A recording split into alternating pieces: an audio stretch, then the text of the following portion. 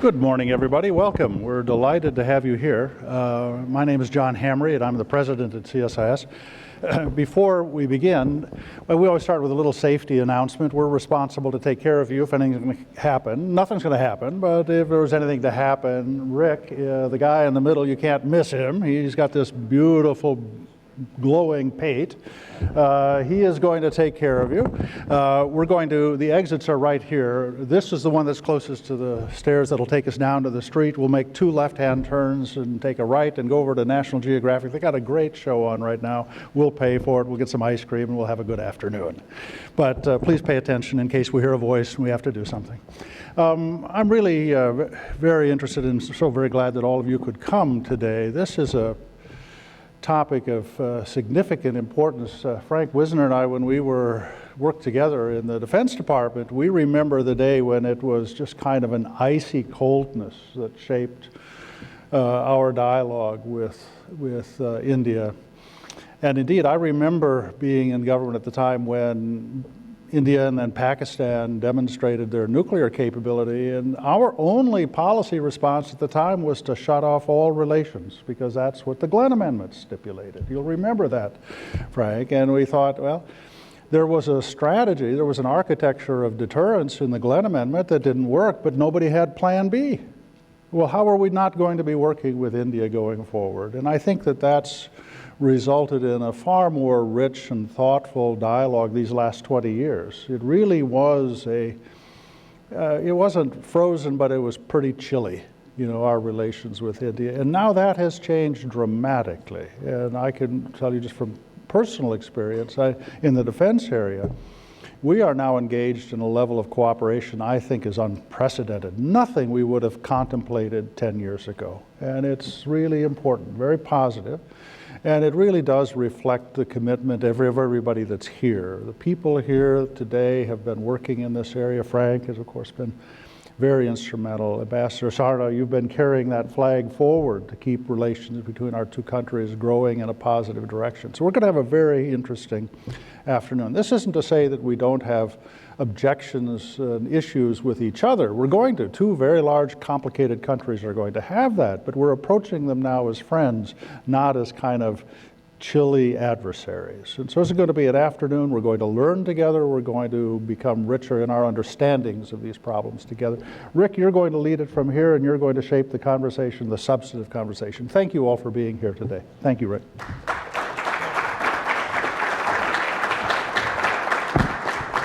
Yeah, thanks, Dr. Hamre. And thanks, everybody, for showing up today for our preview of the India election results in Karnataka. No? That's a different program. Next stage over. As Dr. Hamre pointed out, the tests themselves were such a significant event, but we're not here to talk about the relative merits, but just to say that, in a lot of ways, that was a start, a restart, an overused term in this town, in terms of how the relationship has evolved since those very early days. This, to me, it's a very personal story, because I think, probably a lot of you have heard my own journey in taking over the chair here at CSIS. I moved to Washington 20 years ago with a Russian background from a school nobody had ever heard of, and applied around town. And with Russia, the relationship was on a relatively good trajectory. So most places were letting Russia folks go, and there were more people focused on Russia and the Soviet Union in those days than there were jobs. And so, giving up my Russia search, I found it out that with India, just after the nuclear tests, there were not that many jobs, but still somehow there were far more jobs than there were available people to take them. So somebody with relatively no background on India, South Asia, managed to get my foot in the door. And in some ways, I think that was a terrific benefit, because as I hear people talk about the enterprise and all these really rough moments in our history, I didn't know any of that. I was too dumb to know any of the negative stuff that had happened before. Nuclear tests, sanctions, all this stuff, and all I saw was a steady progress on improving. So sometimes I'm kind of portrayed in this town as a bit overly positive on the India relationship, and I think partially that's the background, is I just didn't get to experience the negative. For me, it's mostly been an upward trajectory, which is pretty helpful. So I think it is pretty significant that, so far this relationship since then, we've been living very much moment to moment. The backstory hadn't been such a big deal in those early days. trying to secure approval for removing the sanctions after the nuclear test and looking for the first defense sales. I mean, there's so many big things that just seem to be right around the corner. But this is a moment, too, when I think, we've got some negative elements creeping in once again. And for those that don't have a lot of experience on India, it feels like we've hit a new low point. Things are stalled. It goes from irrational exuberance to incredible depression sometimes. So it's a great time now, 20 years after the nuclear test, to take a look back and reflect. How far have we come? We've got a couple of panels. One, to look at the emergence of the economic relationships since then. I'll leave it to the panelists to decide if the test themselves or that moment or that period in time had anything to do with what's transpired thereafter. But certainly the second panel looking at strategic, that was a moment when we decided it was time to embrace, it was time to engage, and the kind of things that we're doing today would have been unimaginable to somebody who had just showed up in this town in, say, 1997 and said that within 20 years we're going to be this far along in the relationship. I think that from my own experience, again, without a lot of India background and knowledge in those days, I don't remember such heady discussions about where this relationship would go to in terms of a global partnership, a global role. I don't remember that. That's why I brought in, the real experts to be on stage with me here today. But instead, it was more about South Asian stability and building a friendship with one country that we could count on as a democratic, friendly country in the middle of a pretty rough neighborhood. So again, I think I'm viewed overall as pretty much an optimist because I happen to have been lucky enough to have missed the negative times and enjoyed a relationship the whole time I've been working on it that's been relatively positive. So to lead us off here, we've got two terrific speakers that have really been in the front row of this relationship, going back even before that period. Ambassador Navtesh Sarna, over 30 years in the Indian Foreign Service, served in critical missions, including Moscow, Israel, the UN mission. 6-year run as the spokesperson for the Ministry of External Affairs, an author of 9 books, so very diverse set of experiences. And this is not his first stint in the United States, of course. Served here just after the nuclear test, starting in 1998 through 2002. Also joining me is Ambassador Frank Wisner. Ambassador Wisner was really one of my early mentors there, allowing me to travel with him on many executive missions to India when I was a young staffer at the U.S. India Business Council. So learning really at his knee about this relationship and ideas on where it could possibly be headed. Of counsel at Squire Patton Boggs, based in New York, came down for the event today. Served as ambassador to Zambia, to Egypt, to the Philippines, as well as to India, and also had served as undersecretary both at the Department of State and at the Department of Defense, and sits on numerous boards across the United States, including the U.S.-India Strategic Policy Forum, Ethan Allen, and many others. And Ambassador Wisner had just stepped down from his post in India, I think about a year before the nuclear tests themselves happened, but to have him active with the U.S.-India Business Council and his deep relationships that he had with so many members of the BJP at that time provided terrific insight as the U.S. IBC was looking to help to try to rebuild a relationship from that low point. So let me first hand the floor over to Ambassador Sarna. Ambassador Sarna, please.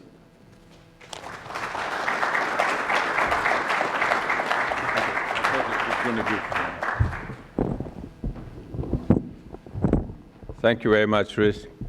What a great honor to be on stage with you and Ambassador Wisner.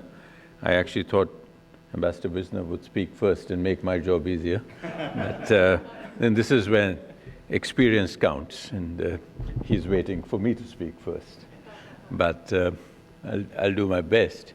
It's a great pleasure to be here with this audience, and in some ways to look back over these 20 years.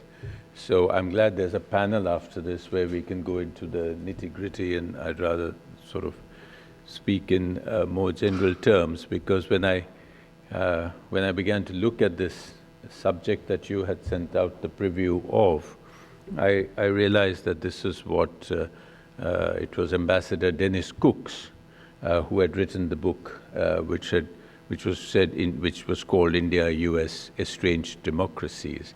And that book, I think, came out just a few years, 3 or 4 years before I arrived in the 90s in the United States. Ambassador Cooks was a very familiar figure on Mass Avenue think tanks. He was usually a very quiet, pensive figure, and now I realize why. Because he must have been watching all our antics that we were trying to do in 98 and onwards to revive the relationship. Because if you read the book, and I must say I speed read it over the last couple of days, just the Ambassador Moynihan's preface and Ambassador Cook's concluding chapter make very interesting reading. And he tended to be, I must say, cautious in his conclusions, like most Foreign Service officers. If they value their life, they usually are. And it's interesting to see what he concluded, even at that time. And I have this short quote. He says, "With the Cold War over, Indo-US relations could become more positive. It is uncertain, however, that the two governments will take advantage of this opportunity. Even though past problems have completely gone out of sight, they are not out of mind." And elsewhere he concludes, "Whether the two countries will take advantage of this opportunity remains uncertain. The history of past estrangement has left its scars." So you can see that even at the end of the Cold War and after the end of the Cold War, if there was any optimism, it was minimal. Not to put too fine a point on it, I think Ambassador Cook's, when he made up this paradigm of the estranged democracies and analyzed the first 50 years of the Indo-US relationship, I say 50 years because we actually set up diplomatic relations 6 years ahead of independence in 1941, and this takes it to 1991. He concluded that we were estranged not because of any lack of information about each other or because of misperceptions about each other, but because we fundamentally differed on crucial issues of national interest. I need not, to this audience, I need not go into the details of what these issues were over those 4 or 5 decades. We all know the harsh realities of the Cold War. We know how the pact partners needed to be armed to handle Cold War adversaries. And we know, you mentioned the SS Enterprise. We know the 1971 sort of dip in bilateral relations. And I think Ambassador Cook was justified in wondering that how come the estrangement had actually not been worse. And why it had not been worse is what saves us, the democratic quotient. The fact that there was, if you looked at a map of the pre-Cold War map and you took out the communist world, you didn't have very much more in terms of democratic size and strength and strategic value than India. So I think there was a certain empathy with each other, a certain mindset, a certain resonance, which was what meant that you were estranged, but yet you were democracies. And when we look at all this now, virtually 30 years on or 28 years on, in a completely transformed world, in a completely transformed way of thinking, with new potential unleashed all around the world, with new methods of engagement, with new alignments, if you will, then all this does seem a bit of, say, textbook interest. But I think to understand where we are, it's usually, and I'm thankful for you for organizing this, it's usually very useful to know where we were. And where we were was usually on different sides of foreign policy issues of the day, national security issues of the day.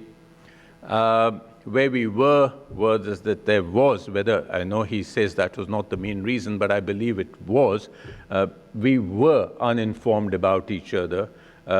Certainly the US was much less informed about India, because I know that my job was consular information, which, so I knew how much I had to do to inform people of sometimes of very fundamental Indian realities. India, of course, was much better informed about the US, but India also had its own sources of mistrust and suspicion. The IT industry had not yet happened. The Indian diaspora, the Indian American community was in its infancy. Our economy was precarious, and at least from US eyes, it seemed like an economy which needed food, because we were still living not very far away, less than the time that has elapsed from the days I'm talking. We were still not very far away from the PL 480 days. They were very much in living memory. Sometimes someone would remind us that, you know, the US was actually very sympathetic to us during our independence movement.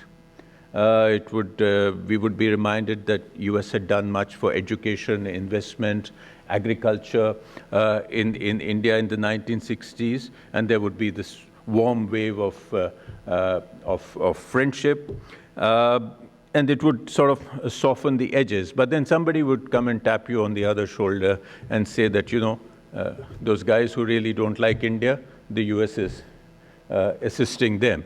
So then things would sort of break off again.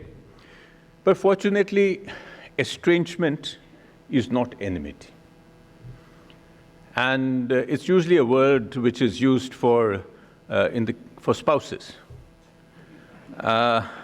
So in many ways, it presupposes affection, if not love, which may have sort of fallen into abeyance for some reason or the other. Well, in the 90s, if you ask me, and if I was writing a movie script, these reasons vanished, and this would be the time that you would hear the music begin to rise, and you'd get a few birds on stage to start twittering. So that's exactly what happened. The Cold War ended. The offending alliances vanished, quite unbelievably. New alignments began to happen globally. And somewhere there, Ambassador Dennis Cooks ends his book.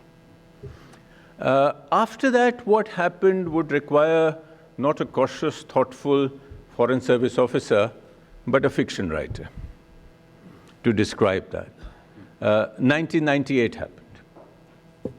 India's wake-up call to the world by way of its nuclear tests happened. And suddenly, people began to wonder, had they missed something? Besides the tests, which they missed, fortunately. And of course, they began to have, the beginnings, as you mentioned, the dialogue. It began as a security nuclear dialogue, and then it expanded. And people began to, with an open mind, Washington began to listen to why India had conducted its nuclear tests. By the way, I arrived in Washington 3 months after the nuclear tests, and if it had not been for the nuclear tests, I probably would never have been posted to Washington. But that's a time for another story. But that's a story for another time. So this dialogue began to understand why India tested, what were its concerns that it had. I see Don Camp in the audience, so he knows those days.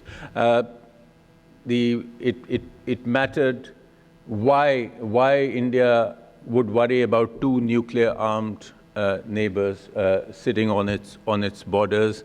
Why India had been so worried when, in 1995, the NPT was extended indefinitely and without any changes, why India had not signed on to the CTBT, why its idealism for universal disarmament had been knocked out of court, laughed out of court. If you go back to the history of the CTBT and see the number of nuclear tests that were conducted by some other countries, even while we were sitting there and negotiating to the wee hours of the morning. So, and this dialogue then evolved into India's economic potential. The IT industry began to come into its own. You remember, those were the days of Y2K. And suddenly Indian computer engineers began to solve problems and actually set things right all over the United States, and we went up in respect. The diaspora had become about 1.5 million and was beginning to be heard, not only in companies and in hospitals, but also on the Hill. So that's where it all began, and somehow, and I think a couple of years later, the most significant thing that happened, in a very tragic event, actually, but it brought us together, was 9/11. Because we had known terrorism and cross-border terrorism and the evils of terrorism for the last 3 decades before that. But in a very unfortunate way, terrorism was brought transatlantic and hit America at home.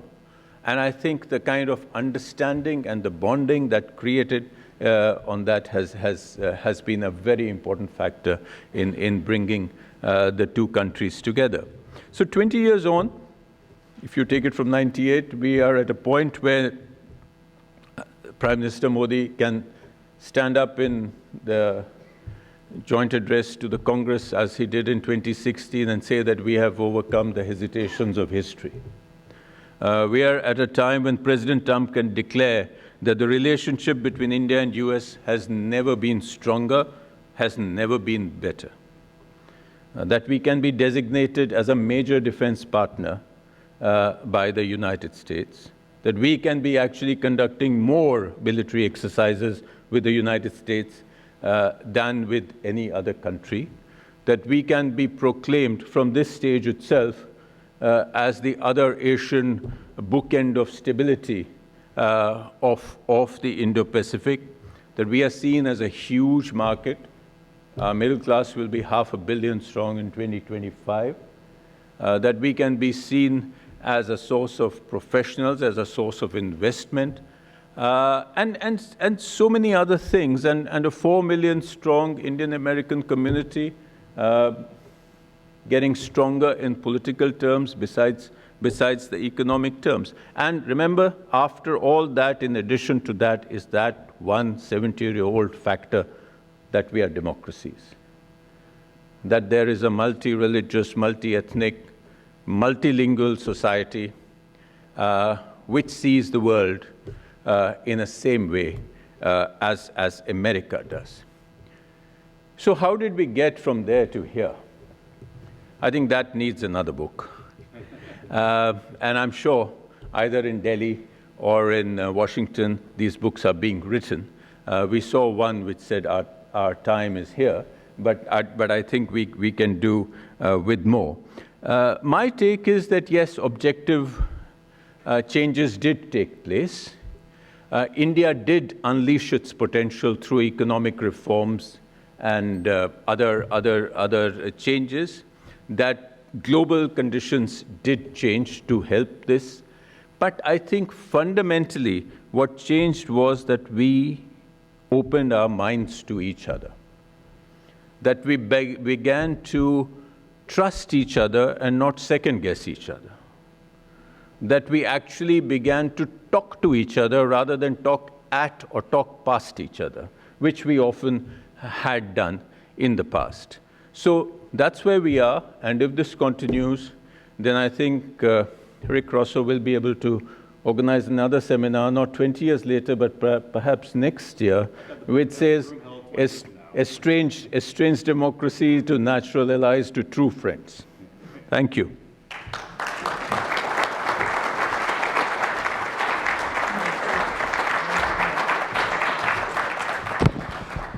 Well, I'll go ahead and reserve the room every year this day for the next 20 years, and let's see how cool we can change the names every single time. It gives me great pleasure to introduce Ambassador Wisner on stage again. You know, from the time and energy that he's put on from the U.S. side on trying to shepherd this relationship in government, outside of government, through a variety of roles, a variety of board, it's just been terrific to get to learn about this country through his eyes and through his actions. So, Ambassador Wisner, the podium is yours.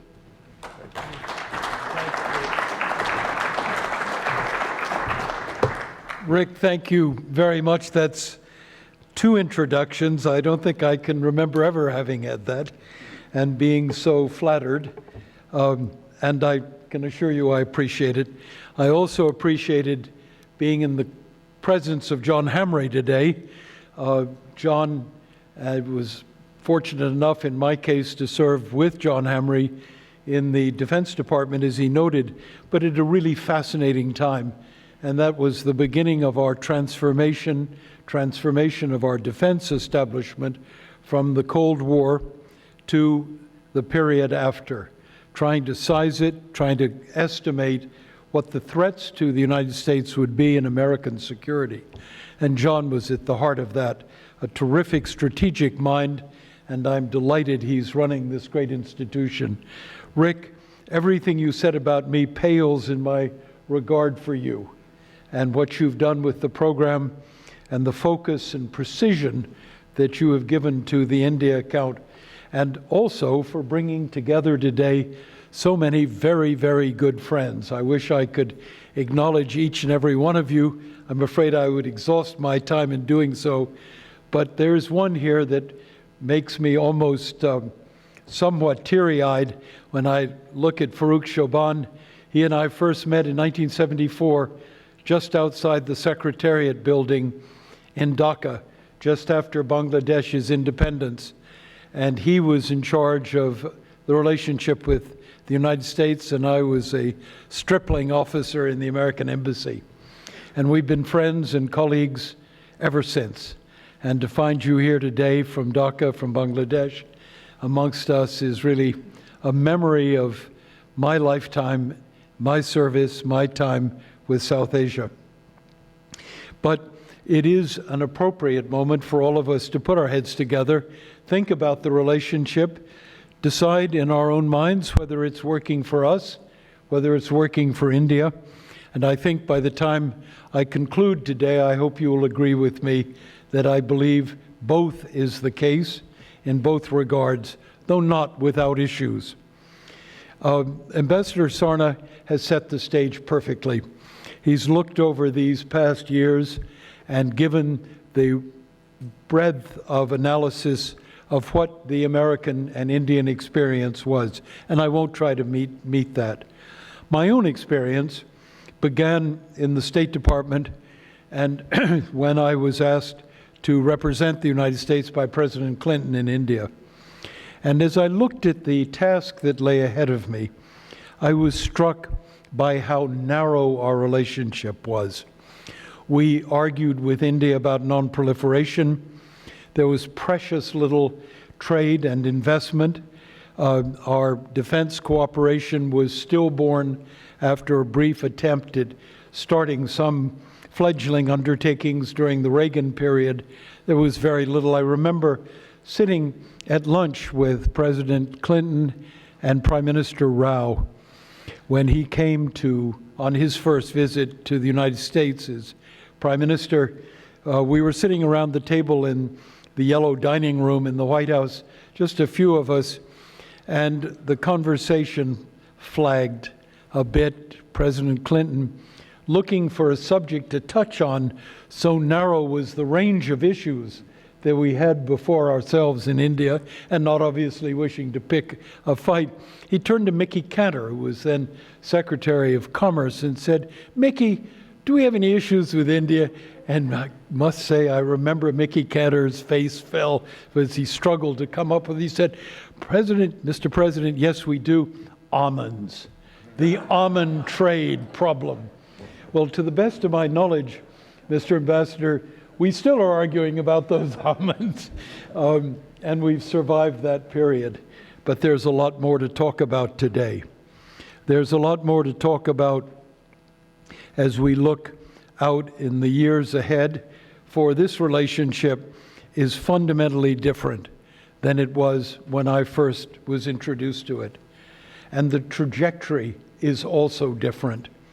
I can look back today, I can look today at the state of the relationship between the United States and India and say that I can't think of another major American international engagement in which it is fundamentally so transformed and better today than it was 20 years ago. Not one matches where we stand today with India. And at the same time, I can say I like it in a way because as much progress as we've made, it's not too warm and it's not too cool. It's just about right in terms of our national perspectives. India's not an ally. India is, in the genuine sense of the word, a partner today with the United States. And why? Because yes, indeed, thank you, Ambassador, you're quite right, because we have basic common interests that we share. In democracy and values, that's all true, but we also see the world of security challenges before us in a similar eye. The Indo-Pacific is an area in which the United States and India both seek a balance of power to make certain that we are both able to deal with the still uncertain factor of the rise of Chinese power. These interests bring us together. Interests as well that are economic, as we both seek to secure the welfare of our citizens and progress into the exciting information age that we're entering. And so we're tied together with common interests and common principles. And we've demonstrated it adequately in the growth of our economic cooperation. The numbers are mind-blowing and growing faster every day. And on the defense side, it's equally true that we are in a light years of difference from everything we'd known in the past. But that's not all. Ambassador, I think you mentioned it, the growth of proximity between our two peoples. I recently was reminded that when Prime Minister Nehru was in office, there were about 3,000 Americans of Indian origin. When Indira Gandhi came, about 30,000. When Rajiv Gandhi, her son, took over office, there were about 300,000, and they're just under 4 million today. That is a powerful link. And look at who we're talking about. Our ambassador to the United Nations, our senator from California.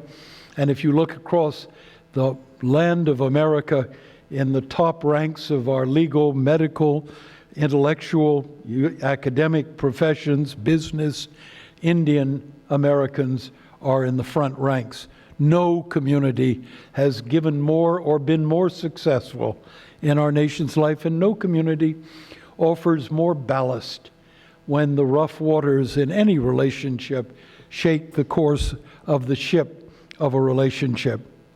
So I am absolutely confident as I look forward that the core principles undergirding the relationship are strong and capable of weathering the differences that inevitably two nations will have in the course of any history.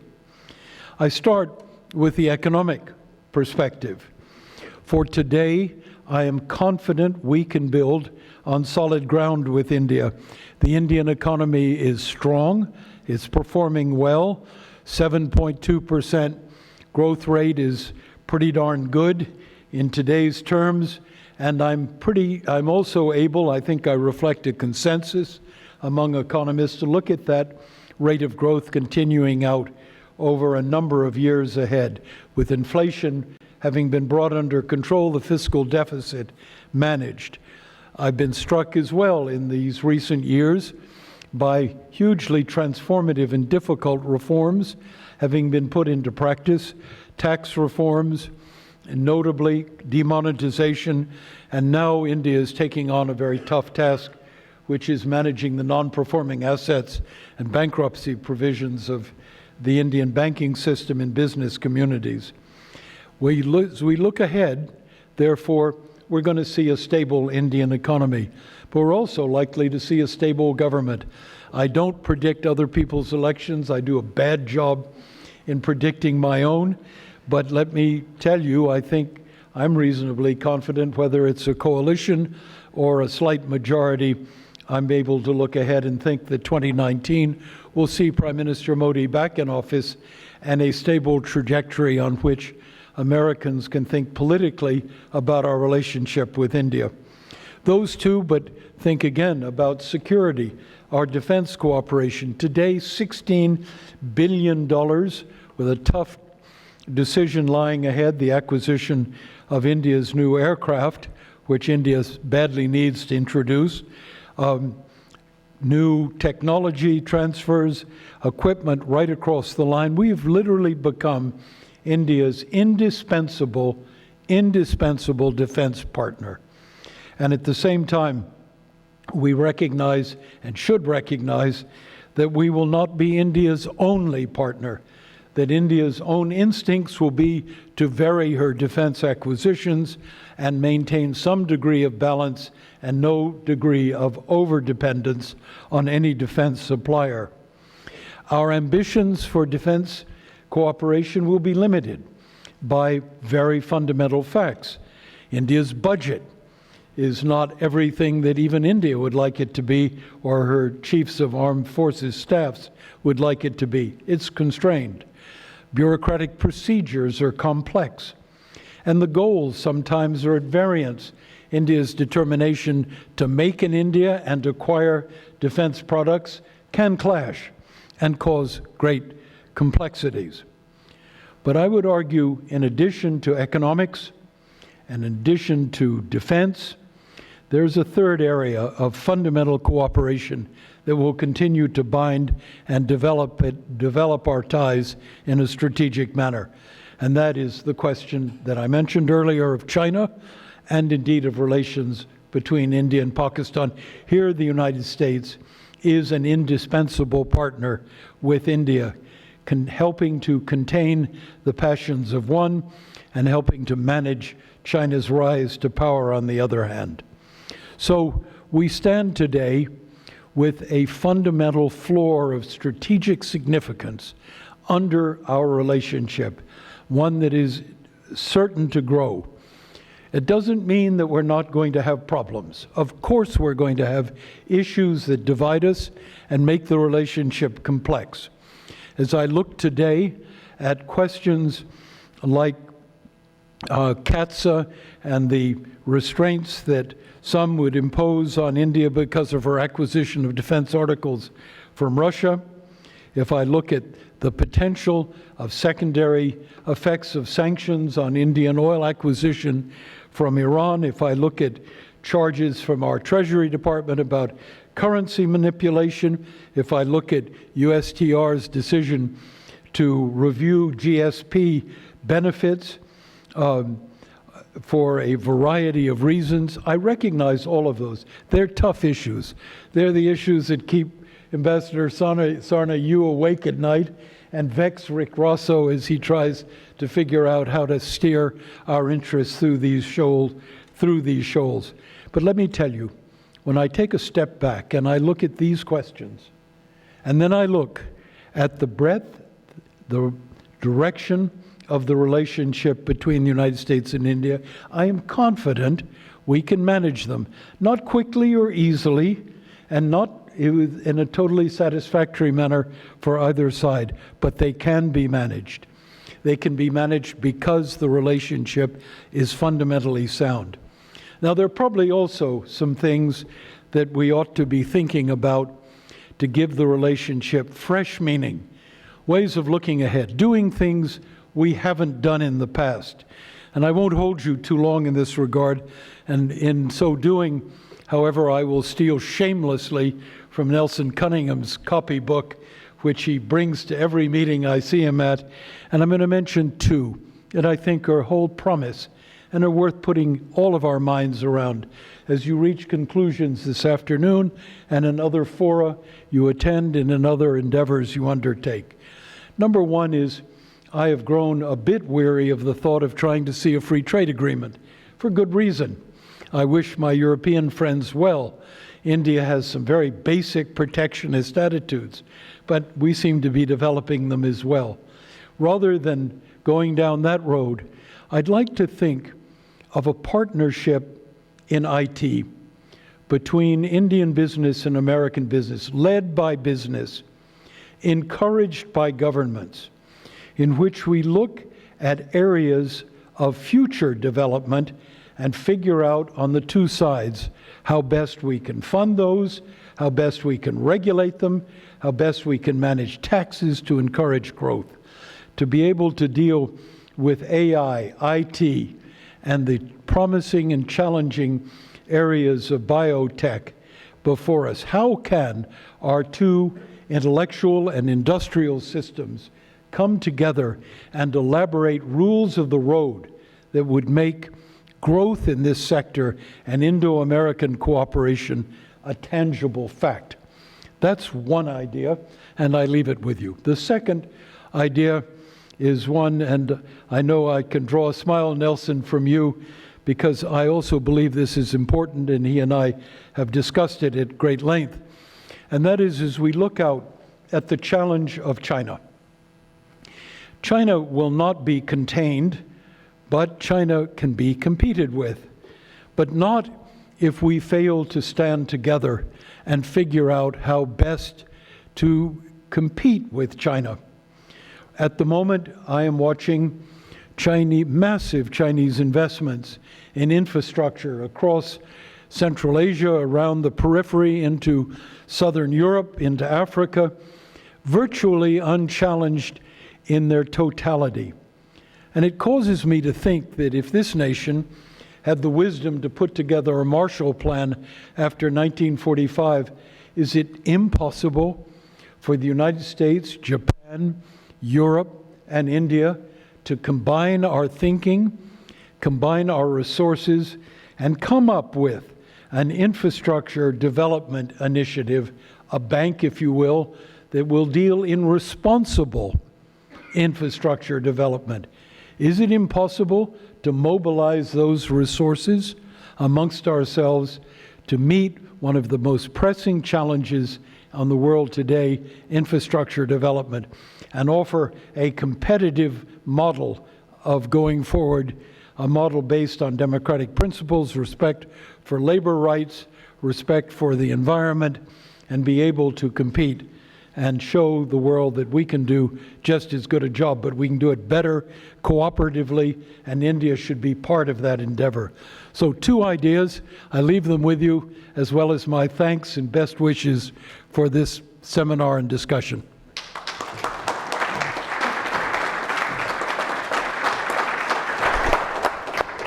Thank you, Ambassador Wisner.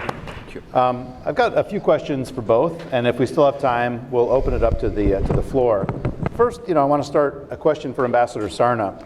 So I think when we talk about, those of us that focus on India, we see progress, we see a relationship developing, we see these tremendous aspects of a modern India that we want to partner with and develop, deeper ties with.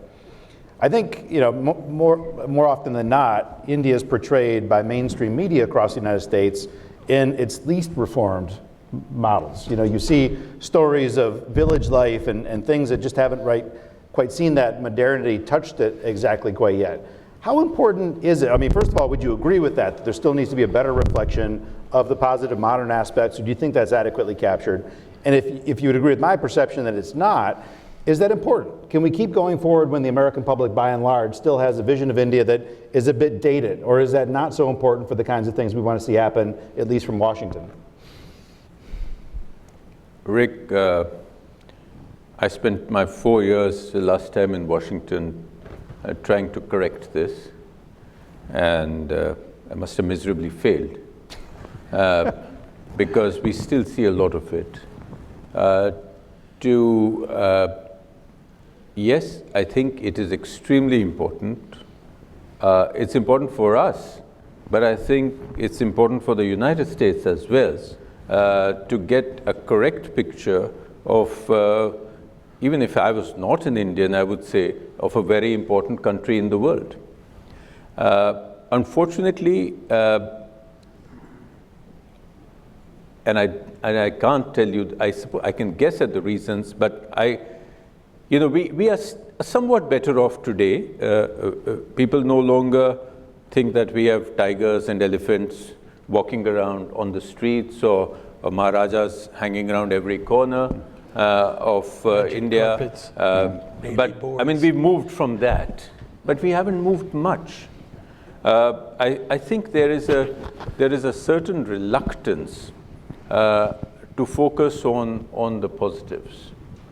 At the same time, I think there is a certain temptation to go for the exotic.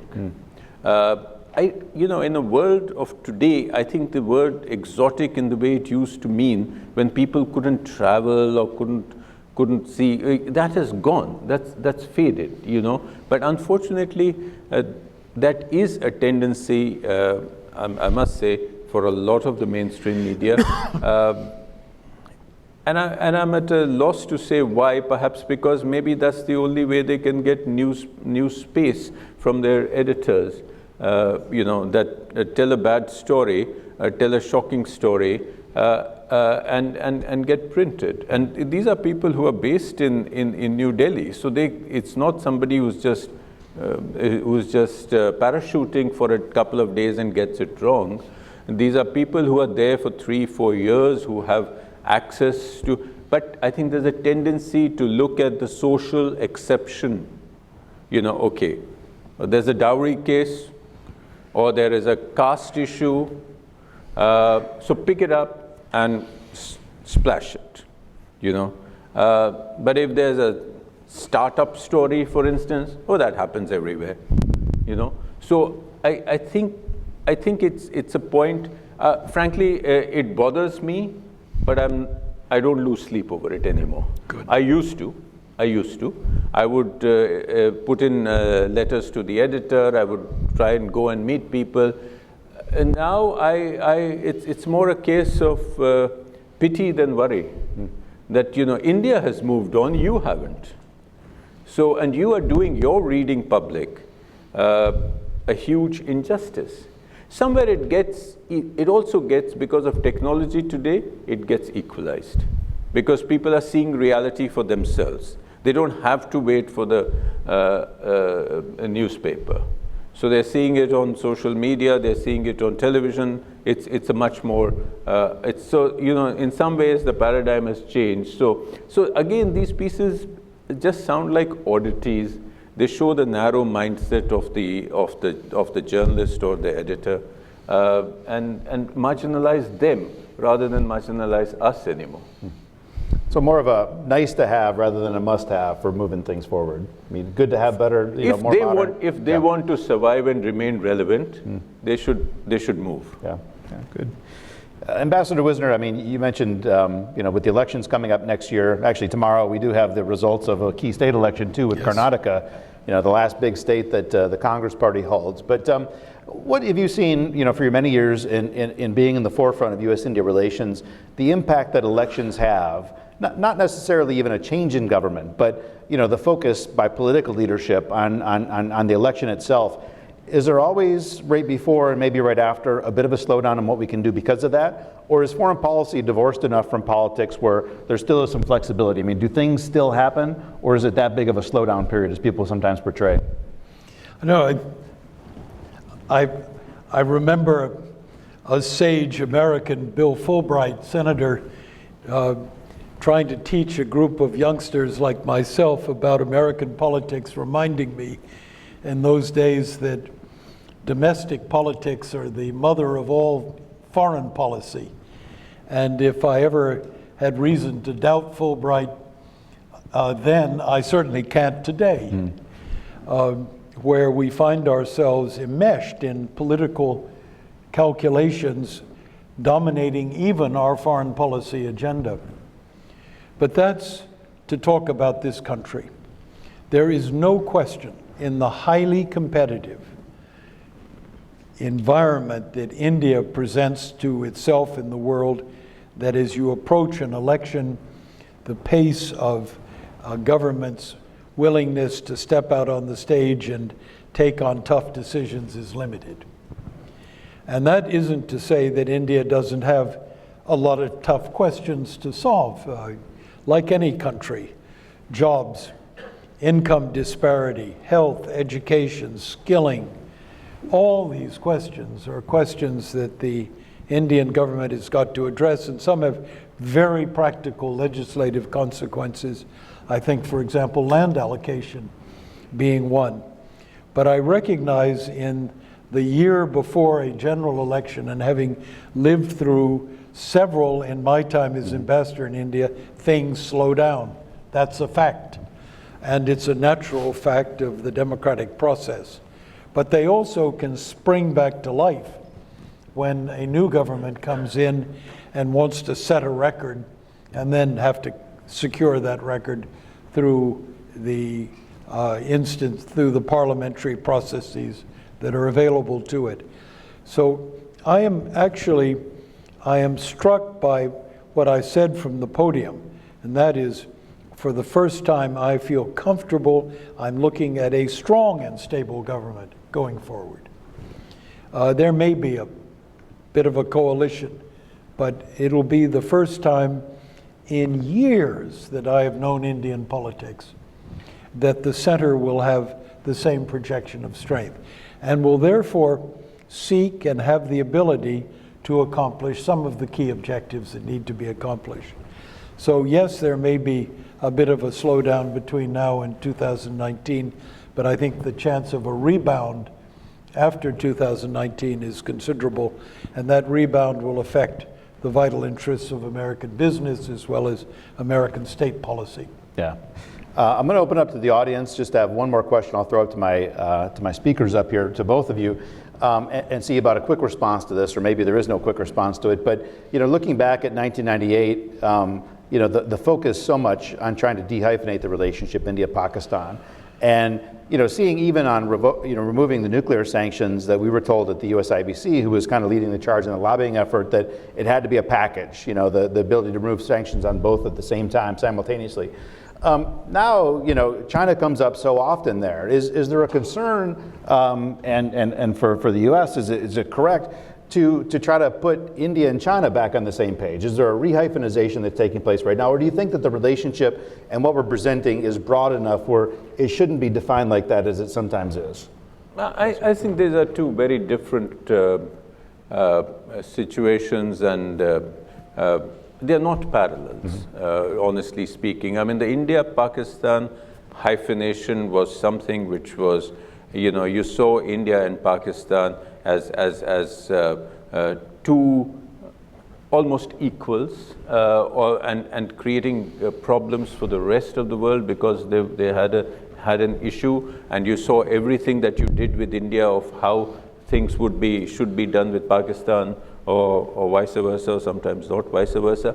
But ultimately that hyphenation broke because of, reality broke it. Yeah. India became, something which the U.S. had to take on its own thing. Today, I don't think anybody seriously thinks that they can see the relationship in that part of Asia as a India versus China, or India-China equation, because then I don't think there is a serious a danger of that, because it would be, frankly, it would be absurd. Anything to add? I'm not going to add a great deal to what the ambassador just said. I think there's even another fact that has been in my mind now for a number of years that represents a real change in the American outlook. For many years in the post-Cold War period, we regarded it as an American responsibility, if not right, to try to settle other people's problems, that we had to get in the middle of problems in order to make a difference, to preserve peace, to to preserve a common front against the erstwhile Soviet Union. And that led us down some awkward paths. Among those awkward paths was a view the United States had to have a position on Kashmir, the United States had to have a position on India and Pakistan, the United States therefore needed to have equal standing in both courts, and that died. A realization that in this sense, the only parties that are going to be able to manage the Indian-Pakistan question are India and Pakistan. We can all wish them well, and we can worry about the situation. We can have quiet dialogues on both sides, but we're not in that game. That's not an American responsibility. On the other hand, the global question of the rise of Chinese power is a matter of joint concern to the two nations. And that will not just be settled between Beijing and Delhi or Beijing and Washington, but can only be managed with a sharp eye on creating a balance between a rising China and the international order that surrounds it. And that means India, it means Australia, it means Japan, it means Indonesia, Malaysia. The littoral nations around China and the United States all have a responsibility to live and trade with China, yes, but also to manage our political and security needs with China. And here we in India have to think together and have to, in fact, act together. And what we are doing now is, without going too far and being intrusive in the relationships each of us have with Beijing, it's clear our relationship permits each of us to send signals to Beijing. I watched, for example, recently, Ambassador, you'll forgive me, you can disagree with me, the Prime Minister traveled to China. I saw that as a decision on his part that reflects the strength of his confidence in the American relationship. That it enables him to move and sit at the table, to buy time and space in his relationship with China. The American relationship enables stability between India and China. And I think that's just incredibly important. But whether we say it explicitly to one another or implicitly, the connection of our interest is common. That's great. Well, we're going to have to wrap up the opening session here, but please join me in thanking our two terrific speakers to get today's program kicked off. Ambassador, yes, sir. Ambassador.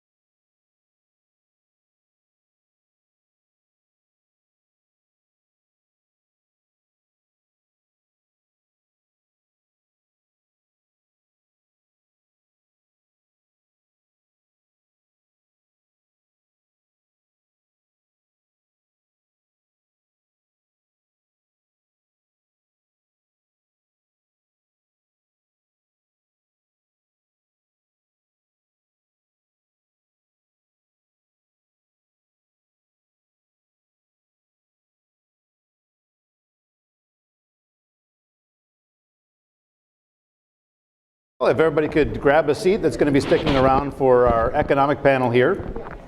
Sorry you got to hear my voice again, but honestly, this will be the last panel. I'm going to hand over duties on the security panel to my colleague, Kath Hicks, who runs the International Security Program here at CSIS.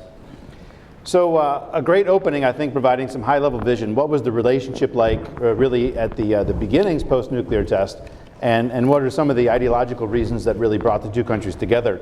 But there are two different paths, I think, that sometimes crisscross when we take a look at the economic relationship versus the defense and security relationship.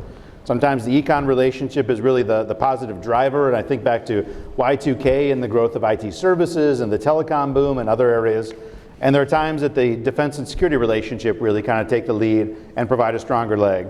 Probably there's been a few moments when both have been strong, although we tend to think back to when one or the other was relatively weak. I think today you might say that it's a bit more in the latter camp where you look at some of the things Ambassador Wisner had articulated. India is a currency manipulator. The new WTO consultations we've requested, some of the trade issues of the United States, looking at increasing customs duties. And I think overall, at least from Washington's perspective, probably a bit more negative than positive right now. But at the same time, there's extremely notable exceptions to that. You see Saudi Aramco and a $20 billion investment. You see Walmart's acquisition of Flipkart. So you see some of the biggest investments that India's ever seen taking place in a relatively short period of time now. So, Washington sometimes, while the perceptions from this town can be fairly negative, you look out in the real world and you see real companies and they're doing really big things. So we've got three terrific panelists that are going to help us chart out what's real, what's fake, and most likely it's always a bit of both. I think overall, you look at the relationship today on the economic side, and you could say, well, maybe it's directionless, maybe everybody's kind of moving in their own space, or that it's multi-directional. That there is a lot of movement happening, although there's nobody that's really trying to manage that process. A little bit like a symphony without a conductor. Is there something that can happen from Washington that would help to add a bit of impetus behind the economic relationship? Certainly ironing out the concerns that are there, and there's a lot. But is there something positive and proactive that can be done that would help to give us a bit of vision on where the economic relationship can be headed in the future? I have three terrific panelists, as I mentioned, all of whom I've had the great experience of working with for many years over my journey in learning about India. First, immediately to my left, is Ambassador Susan Esserman, who leads the international trade practice at the law firm of Steptoe & Johnson. Sue had been Deputy U.S. Trade Representative covering India and some of the other really tough markets, never given the easy jobs during her periods inside government, and had been Assistant Secretary of Commerce prior to that. And as I like to say, when I first joined USIBC back in 1998, Sue was one of the relatively few people those early years in senior levels of the U.S. government that would actually return a phone call from the U.S.-India Business Council. So a lot of our insights and interest, and you probably keynoted every single event we had, because that was how it went back in those days. So, and we like to joke now, there's too many dialogues and too much this and too much that. Sue will have some terrific insights when you didn't have those things and how different was life back in those days. Next to her is Sadanand Dume. Sadanand is a resident fellow at the American Enterprise Institute and a columnist for the Wall Street Journal. And also, for those of us kind of in the policy sphere, he's a member of the coolest fraternity that's out there as a former correspondent for the Far Eastern Economic Review. That's a clique that outsiders look at, and how can you ever break into that? A great fraternity from those that were covering Asia before Asia really kind of bloomed for a lot of us here in Washington. And to Sadanand's left is Arun Kumar. Arun, I got to know him when he was a board member at the U.S.-India Business Council running KPMG's West Coast operations. Then joined the U.S. administration in the Obama administration as Assistant Secretary of Commerce, and really leading the charge and trying to lift up the economic relationship with India into a new trajectory, grabbing the CEO forum and building the commercial dialogue into the strategic. So some phenomenal efforts there. And then moving back to Mumbai, traveled the furthest for this event. Ambassador Sobhan, probably a tie there from India and Bangladesh, but traveling the furthest to come out for this event. So thanks, Arun, for doing that. Part of this was brainchilded at your home in Mumbai a few months ago. So thanks again for doing that. First, Ambassador Esserman, when there wasn't much of a relationship to speak of, look forward to hearing your impressions. Thank you, Rick. And I really appreciate the focus of this program, because while we have not yet come close to realizing the full potential of the U.S.-India economic and trade relationship, it is really worth a look back at our relationship 20 years ago to see how far we really have come. In 1999, remember that India's GDP was 450 billion, and its per capita income was $438, a per capita income less than Haiti and half of China's, which was before China's growth spurt. Although India was a founding member of the GATT, most people forget that, the GATT, the predecessor to the World Trade Organization, the economic reforms of the 1990s marked the first meaningful steps toward trade liberalization. So in 1999, when I entered the scene, there were still very heavy trade restrictions with import bans, quotas, and import licensing restricting a wide array of goods. India's tariffs were still among the highest in the world, with an average applied tariff rate of 34%, average total bound, that's the legal WTO rate, of 48.5%, with average bound agricultural tariffs of 113%. So it was really a partially closed economy at that point. And India was not on the radar screen of many American businesses. In fact, when you would call the US IBC meetings, there were very few people who would come. India at that time, as we heard, remained subject to economic sanctions that the US imposed following the 1998 bomb tests. And although a number of the sanctions were lifted quite quickly within 6 months of their announcement, such as the prohibitions on EXIM and OPIC projects, export controls and prohibitions on the sale of military equipment remained, and there was, the whole atmosphere, as we heard earlier, was affected. As you might expect under these circumstances, our bilateral trade in goods and services was really minimal at $16 billion in 1999, a fraction of what it is today. One thing that I saw was that a number of US decisions that had been made in the decade before with respect to India, for example, routinely denying duty-free GSP treatment for India on certain products, those were really the carryover from an earlier era when there were few champions inside or outside government for India. So in the 90s, India was the target of two of the largest and earliest WTO cases that the US government filed, and we were successful then in challenging India for not establishing and implementing an adequate patent regime, and also for not eliminating quantitative restraints, essentially bans in these cases, on over 1,400 products covering the most basic of goods, including meats, fruits, textile, spices, and motor vehicles. We effectively had no bilateral trade relationship and no formal mechanism for dialogue. So keep in mind at that time, the intense focus of the US government and the business community was on efforts to bring China into the WTO, and India was very much to the side.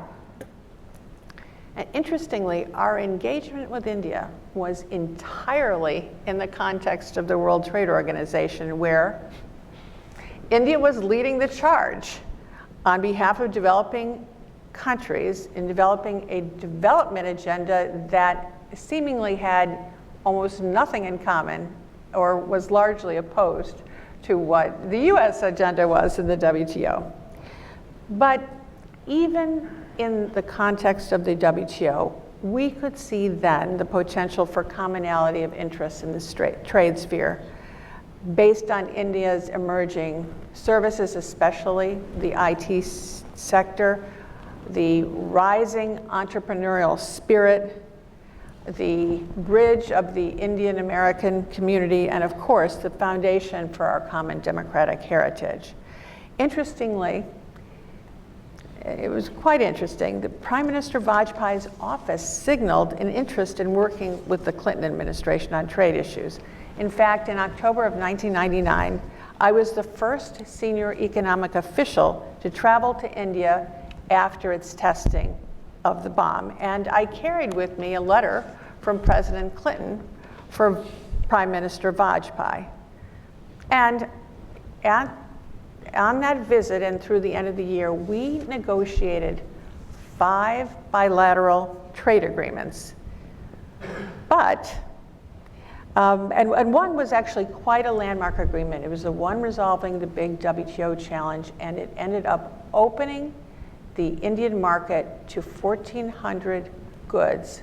Again, some of the most basic consumer goods, from autos to cosmetics to chemicals. The then Commerce Minister, though, was very, very concerned that if we announced all of the agreements at once, it would really cause an uproar in India. So he demanded that we announce these agreements over the period of a year, that we sequence them, and out of respect and in the interests of the longer-term relationship, we did. We announced them over a period of a year. And also during this period, as we are trying to forge this new relationship, we had the Commerce Minister going down to the floor of the Parliament every week, sometimes daily, denouncing the WTO and denouncing the US. So you had to have a broader vision to see how we were going to develop a relationship. And in spite of all of this, we really saw promise lurking underneath the antagonism and the rhetoric. We were buoyed by President Clinton's historic visit, his affinity for the country, and his vision for the future of our partnership.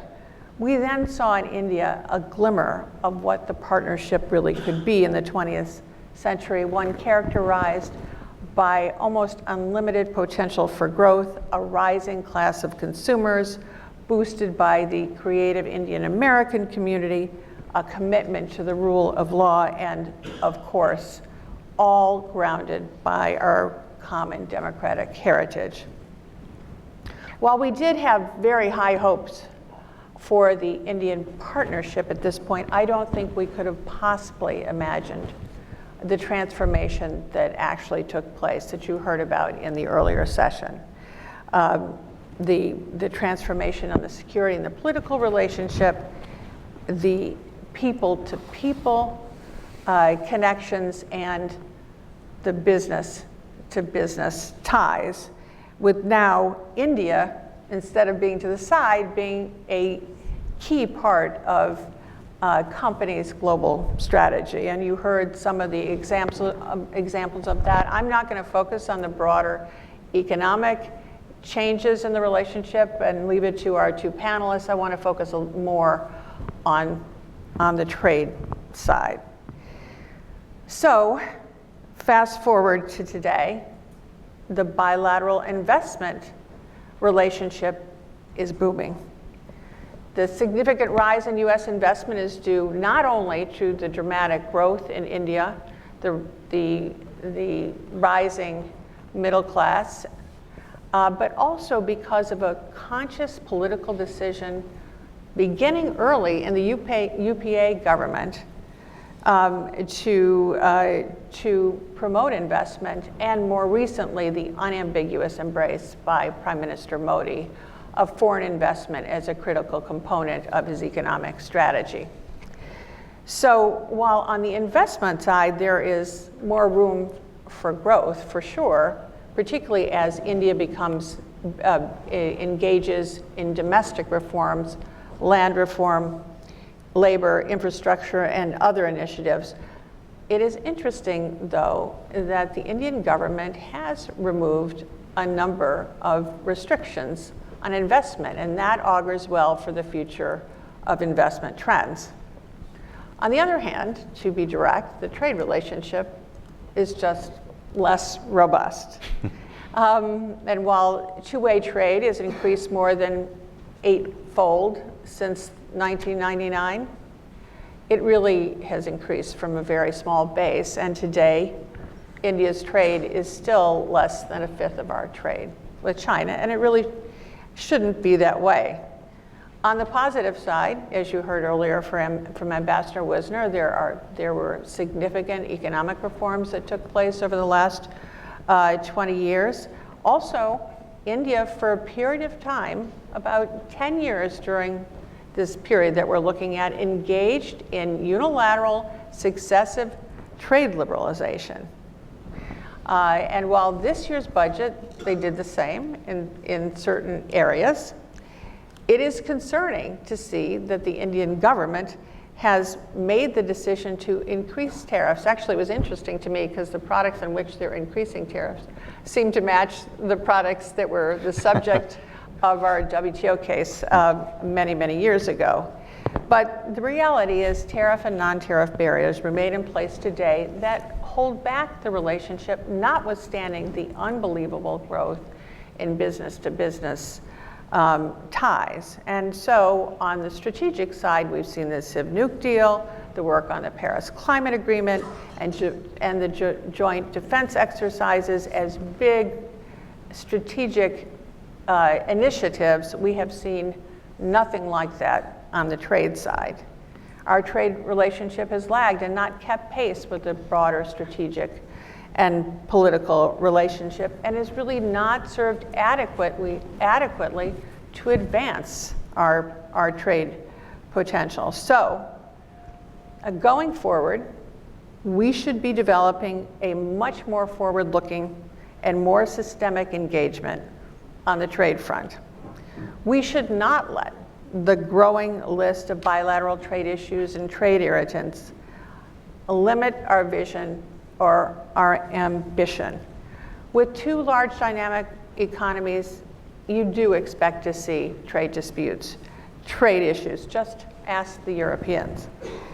We should not limit our bilateral dialogue to a discussion of these issues, and that's not to say that resolving these issues aren't important. We should work very hard to try to resolve these issues, and that should be a critical metric of the success of our bilateral engagement, but we should not limit our relationship to that.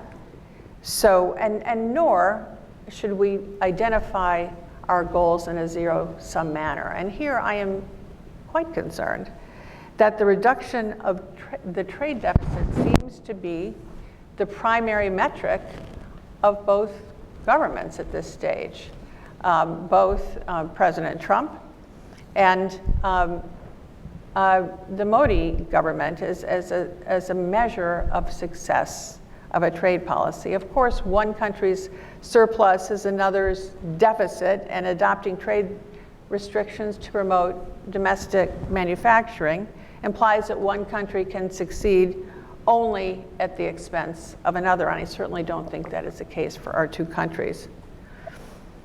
And now I'm going to echo a little about a bit of what Frank Wisner said earlier. We should not let our fear of competition or competitors, such as China, discourage us from moving forward aggressively to set new rules and stake a claim in the trade of the future.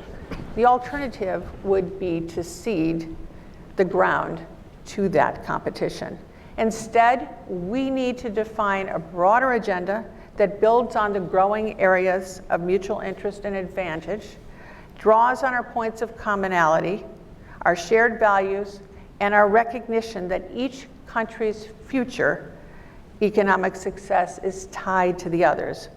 We need to explore ways in which the US and India can make a contribution in this common space. And here, I think Frank and I are thinking the same way. The idea would be relating to innovation and the knowledge economy, encompassing the internet, e-commerce, AI, blockchain, and other new sectors in a way that better positions US and Indian workers and companies for the economy of the future.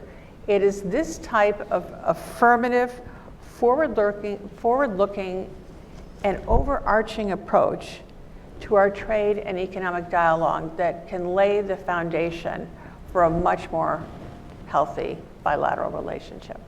Oh, great. That was some great thoughts, Sue. Looking back at the past and what things were like back in the day, a different set of problems in terms of the amount of dialogue and attention that what we see right now. Sarna, I mean, as one of the top followers of the Indian economy, great to get your perspectives. Where are we at? things that we're missing, things that we should be doing, things that we're getting right? I mean, please, the floor is yours, sir. Thank you, Rick. Thanks for having me over here. And it's great to be at CSIS and great to see so many friends and familiar faces in the audience. You know, this is the 20th anniversary of the nuclear test, but it's also the almost exactly the 4th anniversary of since the election of Narendra Modi. And so what I'm going to do is use this opportunity to kind of step back and assess what I see as the limits of what is possible and what is not possible. But before I do that, let me just kind of, you know, do a little bit of what Susan did also, and kind of take a snapshot of where we were and where we are today. And one of the things that's very common if you work in the India space is to hear people complaining about just how slowly things move. And especially those who sort of, you know, track things on a quarterly basis, or it's just sort of, well, where are we now? Well, we're exactly where we were 3 months ago or 6 months ago or a year ago. But in fact, if you step back and take the longer view, and I think that's one of the things that's valuable about this particular conference, things do move. So for example, in the year 2000, the trade ties between India and the US were $19 billion. Now they're 115 billion. It's true that 115 billion is still not such a high number, but that's what US-China trade was in 2000. So there has clearly been great growth. Obviously, there's potential for there to be more growth. In the year 2000, India was not one of America's top 25 trading partners in goods. Now it's broken into the top 10. Who would have thought that India would be one of the top 10 trading partners back in the time when you were talking about? So there has been change both in terms of absolute volumes, but also in terms of India's relative importance. It has, in fact, grown there too. If you look, for example, at H-1B visas in 1998, and you know this was already, you know, Y2K and all of that was already about to begin. The U.S. issued 40,000 H-1B visas to Indian nationals. Last year, it was 129,000. So that's kind of more than tripled. So you do see this sort of, you know, when you step back and take the longer-term view, you do see fairly substantive change. Now to get to the sort of bulk of my comments, you know, when I think of the U.S.-India economic relationship, I tend to think of it in two parts. The first, of course, is the bilateral economic relationship, or the all-important question of almonds, as Ambassador Wisner pointed out. But you know, there are all these other issues that we all sort of that Ambassador Esserman touched upon a bit, and I think we can get into more in the Q&A. But there's a basket of issues that are specifically about what are the things that government negotiators from the two countries speak about. What are the things that they are concerned with, the free trade agreement, the BIT, and so on.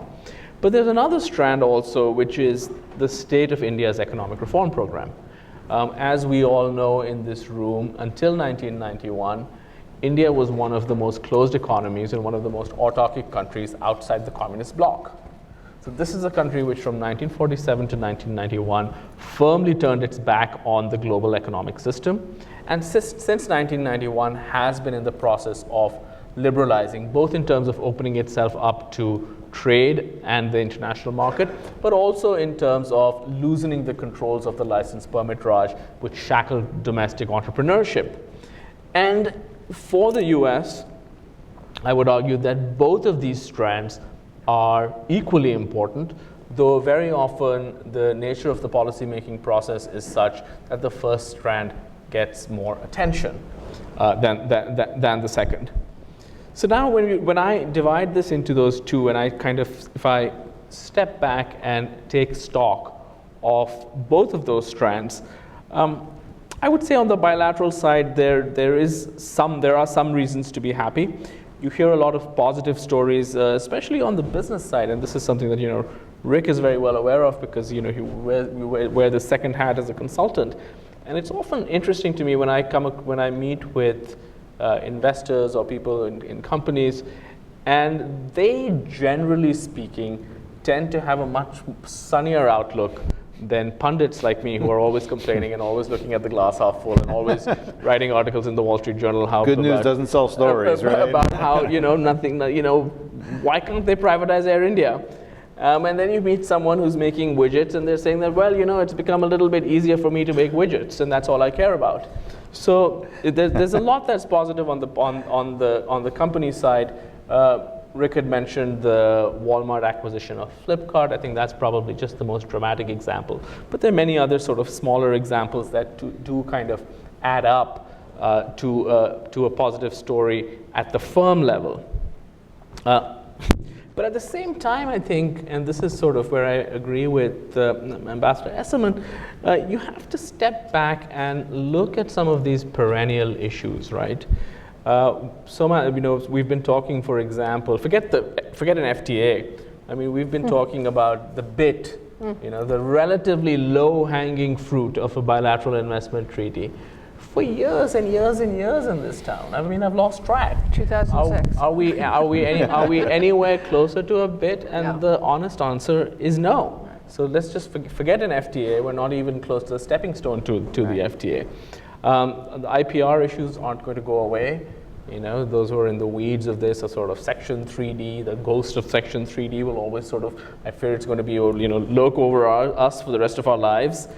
You have price controls in India recently with high price controls on stents and other issues.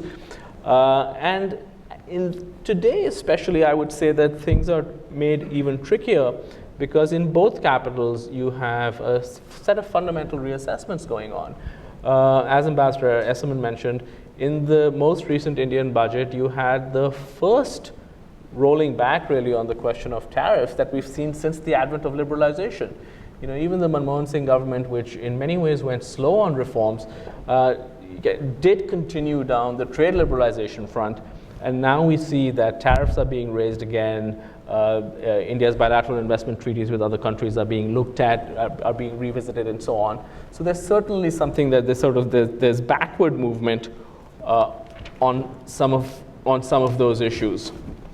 And now, if I were to apply the same lens to the domestic reform program, which I follow much more closely, I think that it gives us a chance now to step back and see and assess really what we think is possible and what is not possible. And again, let me just, in the interest of balance, start with a look at what is positive and what has been achieved.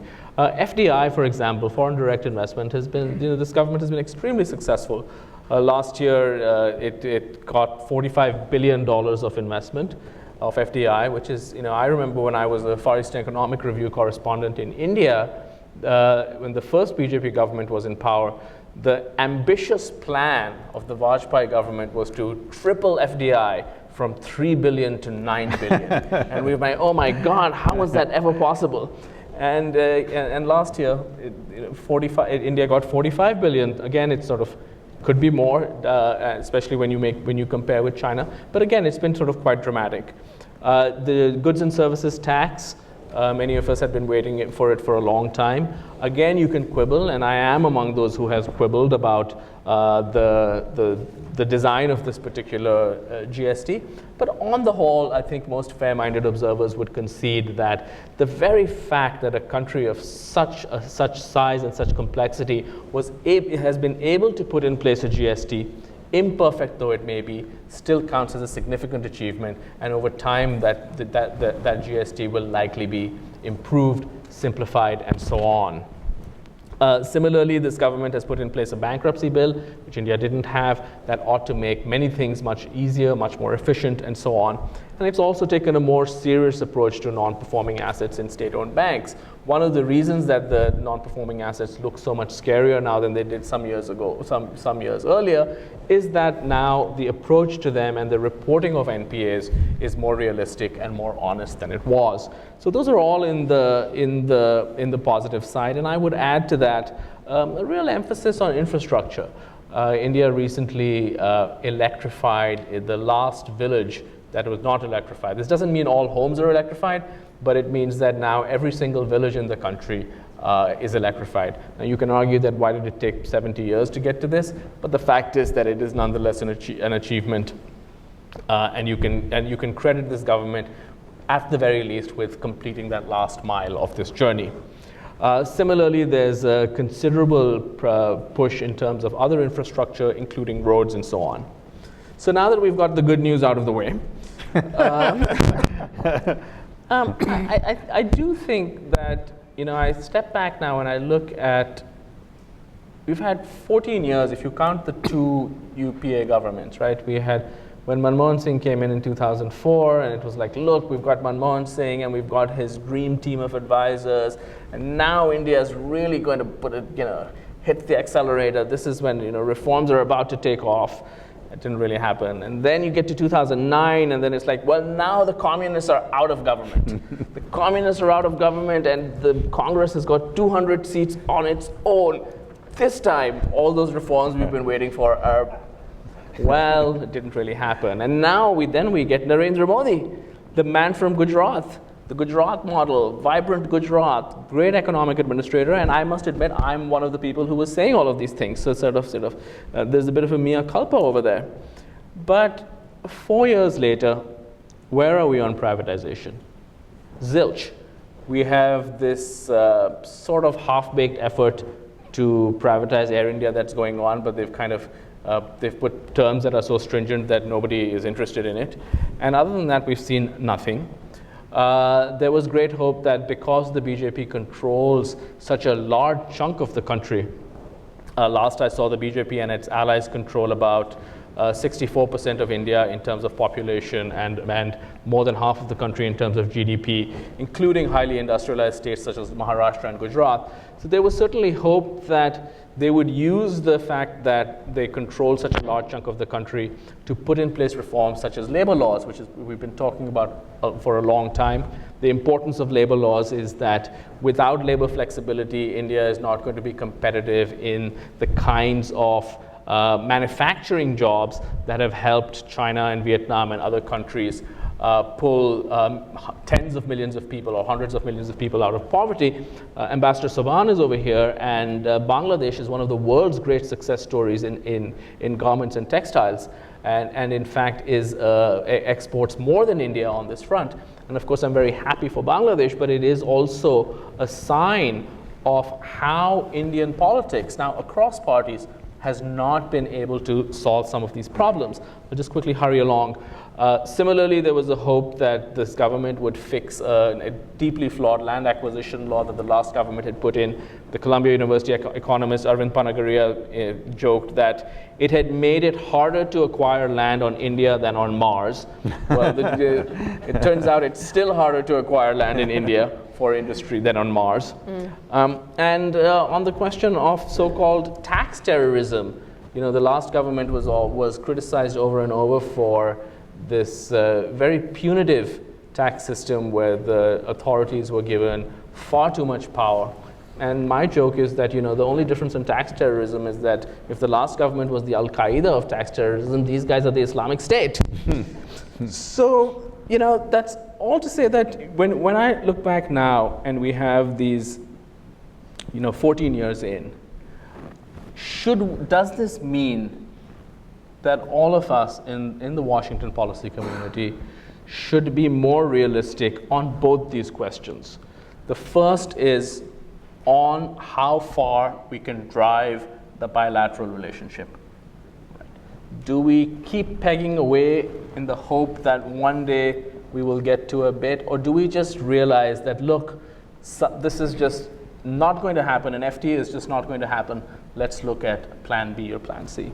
And similarly, in terms of India's own reform journey, it's very interesting because if you look at the headline numbers, if you look at the GDP numbers, they look good. The World Bank says that India is going to grow at about 7.3% next year and 7.5% the year after that.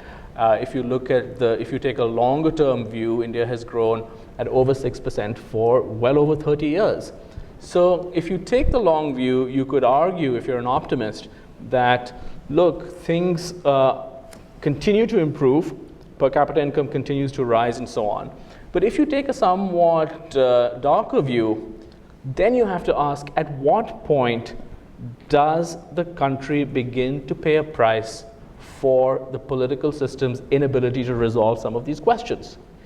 Can India, forget achieve its potential, but can India provide employment to the 12 million people who come into the workforce every year if we take it for granted now that no government will be able to fix the labor law problem? No government will be able to get out of this land logjam we're in. And several other of these, tricky reforms that we've been talking for a while. I mean, we've been going back to when I was a correspondent. And I think that that's a conversation that we haven't yet had, because the conversation we've had so far has been driven mostly by the larger story about growth rates, by the story of India's post-1991 reform success, which is a genuine story. I'm not taking away from that. But the longer we wait and we are unable to tackle some of these serious reforms, I think it's about time to at least start having a conversation about what the possible implications of that are going to be. And on that uplifting note, I'm going to end my time. Great. Well, Arun, I've asked you to provide a bit of the uplift too, your vision on where the economic relationship may be headed. I mean, you tried to spark so many things during your time in the Obama administration, but I also remember about the time you were transitioning to Mumbai, another policy lead was moving from Mumbai back to DC in US government. And I just remember when he arrived, he said, why is everybody in this town so negative? There in Mumbai, there's deals, businesses are happening. So, both your time in Washington and Mumbai provide great perspective on, where is this going, where should it be going? So the floor is over to you, sir. Thank you. Yeah, no, thanks, Nick. Great to be here. Nick gave me a really good excuse to come back and meet friends in Washington, D.C. And it's great to be on this panel. I think I can give you a bit of a field report, if you mind. And, before I get into my report, a quick response to what Sarna just said was I feel after going to India that it is not a country that's going to move in dramatic ways. Simply not. It's going to be an incremental approach. It's not going to suddenly one day create a big, we'll have all singing, all dancing, BIT or FTA. It won't. It might do it bit by bit, a little, that's a pun by the way. It'll do it in its own way. So you've got to, the way India works is incremental. And I've learned this in so many different ways. I recently served on a very important committee on corporate governance set up by the regulator. And in my conversations with many of the leading thinkers in India, private and public sector, I got to see how they think about progress. And I think there's something to that, because they know that to move things forward in a country like India, with multiple stakeholders, etc., you've always got to seek the art of the practical. What is that practical step forward? There is theory, and in India people understand theory just as well as anybody here does. But to get things done, there's that whole issue of how do you move things forward. And I do think things can and will move forward. The inexorable force of the growth of India is going to push a lot of things forward. So I just want to say that if you have expectations of big dramatic moves, I don't think India will provide big dramatic moves. Having said that, let me go into my field report. So I went back to India 15 months ago. In fact, I went, as some of you know, from this very town. And here, in my role in commerce, which Rick referred to, I had, opportunity for economic engagement around the world. And I could see there were three interesting areas, important areas for the U.S. to engage, to increase U.S. exports. And they were, in my view, India, ASEAN, and Sub-Saharan Africa. I think by and large, the first two still they stay the same. Sub-Saharan Africa has got some commodity price issues, etc., so it may not look as good as it looked at that point. But India definitely, I thought, had the highest upside. And within that, I looked at what areas would be interesting for engagement, and they were, one of the most important sectors was infrastructure, power, transportation, urbanization. I've got to say that in my 15 months in India, those assumptions that I had when I was here at Commerce have been fully confirmed. I have not seen such demand, such attractive markets in any place except in Silicon Valley in the dot-com times. I mean, really, it is opportunity rich. It's full of opportunity. So this is the reality. You've got, the country is growing so fast, consumer demand is rising, infrastructure spend is increasing, and all that spawns a tremendous amount of demand. No wonder companies from around the world want to go into the US. No wonder FDI is increasing because people see the demand. No, and the Walmart investment is a good example of, perceiving where the demand is going. When I talk to the CEOs of consumer goods companies, they will tell me that that the unmet demand in India is like 5 times the demand they're actually meeting. So the upside is enormous, and that's going to be fueled by the rising incomes, the rising middle class, and also the rising movement to the cities from the villages. Not happening fast enough, but that is a phenomenon that's driving the growth of demand. Then we've had some interesting positive outcomes. We've had, Sadanand talked about the insolvency and bankruptcy code. That is actually a very big move. It means that the banks can now start dealing with their non-performing assets. We've already seen a dozen of them come, big ones come on the market. In my job leading KPMG, we work in a number of those areas, so I see that close at hand. So that is happening. Now, how quickly that happens again, we've got to see. The first steps are good, but there could be some meanderings along the way. But there is no question it's moving in one direction. The direction of travel is clear. It's in one way. It's going to be, more upfront dealing with those kinds of issues.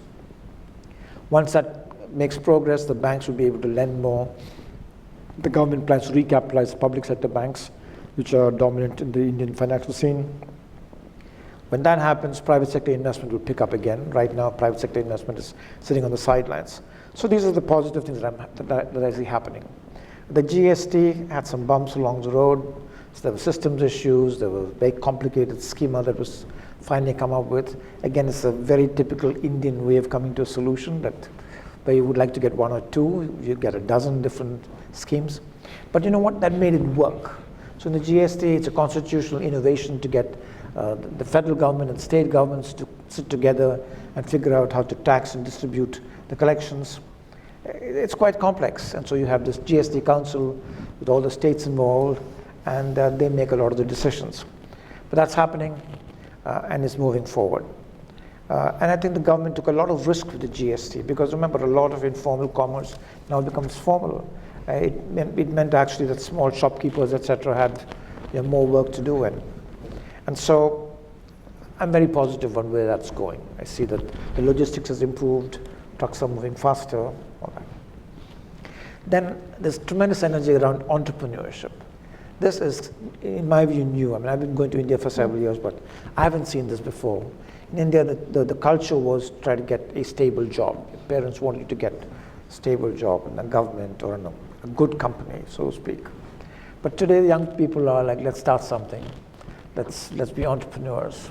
The government's own message is, we'll help you create jobs rather than we'll create jobs for you. So I think that narrative is a very interesting narrative. And in fact, when I talk to venture capitalists who invest in India, they tell me that after Silicon Valley, India is the best place in terms of deal flow and quality of opportunities. So that's a big thing. So I think overall, the India opportunity cannot be ignored, and it's not being ignored. Everybody knows the size of India, 1.25 billion citizens, middle class of 250 million people, increasing. I think little indications like the mobile phones, every month there are 5 million new subscribers. I mean, these are enormous numbers. I don't think it's always realized what the size of the economy is. So the Indian economy today is in dollar terms about 2.4 trillion. That's about the size of the UK economy. So think about the UK. The UK is a very big player in the US economy in terms of investment, in terms of bilateral trade. Well, that's where India has to get naturally by being a $2.4 trillion economy. If you look at it in PPP terms, clearly India is even bigger. So I think the underlying needs for greater trade and investment is very, very strong, and it's going to happen. Until some years ago, there were kind of misgivings on what economic beliefs were. Is India a communist country? Is it socialist? Is it not favoring a capitalist approach? I think all that's pretty much gone. I mean, there's no discussions these days on these topics. And if I go ahead and have a meeting with any state chief minister in India, they will all talk about investment promotion, increasing trade. There's magnetic Maharashtra, vibrant Gujarat, something else, Bengal, and on and on. Every state, Andhra, or every state wants to attract investment and global investment. So if you go to, and we work with a number of these states in my firm, so I go to many of these events, and it's great to see you go to Calcutta and Chief Minister Mamata Banerjee brings along a whole delegation from South Korea who make a commitment to invest in West Bengal. And it is just really uplifting to see this external orientation among the leadership of many of these states. So in all that context, it just has to be that the US-India trade and investment relationship has to grow. I mean, as India's economy grows, it just has to grow. As was mentioned, it is already among the top 10, but the question really is why isn't it in the top 4? It really should be China, Mexico, Canada, India. It should be right there, given the size of India's economy. So there's a lot more work to be done in that space. Now, I think it's also important that the way we look at India from the US vantage point is that I think it's really important to realize that we want to see India grow. It is manifestly in the interest of the United States that India grows. Because as India grows, the consumer demand, the demand for all kinds of things from India is going to help US companies, US exporters. It's going to create jobs in India, in the US. So I think this is not something that is really well understood. Often in our narrative, and it's not just today's narrative, it's been a narrative for quite a while, there's a sense that, this job is going to go from here to there. The fact is that as that economy grows, it'll create more jobs here and vice versa. So I think, our leaders, political, business, everybody needs to understand that we have a great vested interest in the growth of both countries. I think this is one of the reasons why, in our previous administration, we really tried to put commerce and economics at the center of the relationship between the US and India. Strategic and commercial dialogue was a big step forward to acknowledge that's got to be at the center. Nobody felt that would solve all the various issues that you will have, but it was important that it was seen that the whole economic engagement has strategic implications for both countries. Now, in terms of looking at how we can work together, add various thoughts, but I just thought that I would start with laying out what I see in India. What I see in India is things are happening, it's growing. It's not a perfect situation. We've got situations, there's rural poverty. It's a mixed scene. So there are some states that are growing double digits. Some states are growing at the rate that China used to grow in its heyday. Other states clearly that are far below. So it's a mixed picture. But the overall picture, I would say, is very positive and it's on a strong upward trend. Yeah, well, great, Arun. Thanks for that. Yeah, there's some, I think, specific dynamics back in '98 that I saw that I think, surprisingly, they're gone and hardly people talk about them anymore. Seeing previous prime ministers, when they would come to the United States and want to engage the business community, it would be a private, secret meeting that nobody would know about. Whereas, Prime Minister Modi openly embraces, and the blowback that you hear from India is not too strong, even from the opposition, for doing that. One thing I wanted to make a point that I think Sarna made was about when you look at these long spans of time that you see progress. So I was in Davos, and the Prime Minister had hosted a dinner for a whole bunch of global CEOs, and in chatting with them just before the dinner, we were waiting for the Prime Minister. Many of them said that when you look at this overall span of time, they do see clear progress. So if you look at month to month or year to year, more difficult, but these folks have been there trying to engage with India for a long time, and they all seem that they could see a positive trend. Yeah. Well, I think one of the areas that in the Trump administration on the India economic has kind of caught the strategic interest is looking at trilateral, quadrilateral, that kind of. There are actually meetings happening in town today on U.S., Japan, India cooperation on infrastructure, things like that. I wonder, I think especially for Arun and for Sue, having spent time inside government and outside, it's one thing to have a multilateral framework like the World Trade Organization, but when you start talking about a few partners and players, and it's going to result, for instance, in infrastructure where you're going to want your companies to win, is it a good idea that in practice our companies are going to compete and there's going to generate maybe more tension? Or are there scope and opportunities when you talk about trilateral, quadrilateral, things like that? Is there actually scope for cooperation in those spaces? Arun, maybe I'll start with you. I mean, Is there space, or is there going to be an inherent competition if we go down those pathways? No, I think there is space. I think quadrilateral or trilateral cooperation, if you can expand the opportunity landscape and can get more companies from the various trilateral or quadrilateral countries involved, I think there's a lot of opportunity. I actually think that it's important to do that because in some sense it would be an energizing response to what's happening with the Bridge and Road Initiative. Which also means that, which is not to say that companies from the US or India should not participate in BRI. I think companies should participate in BRI.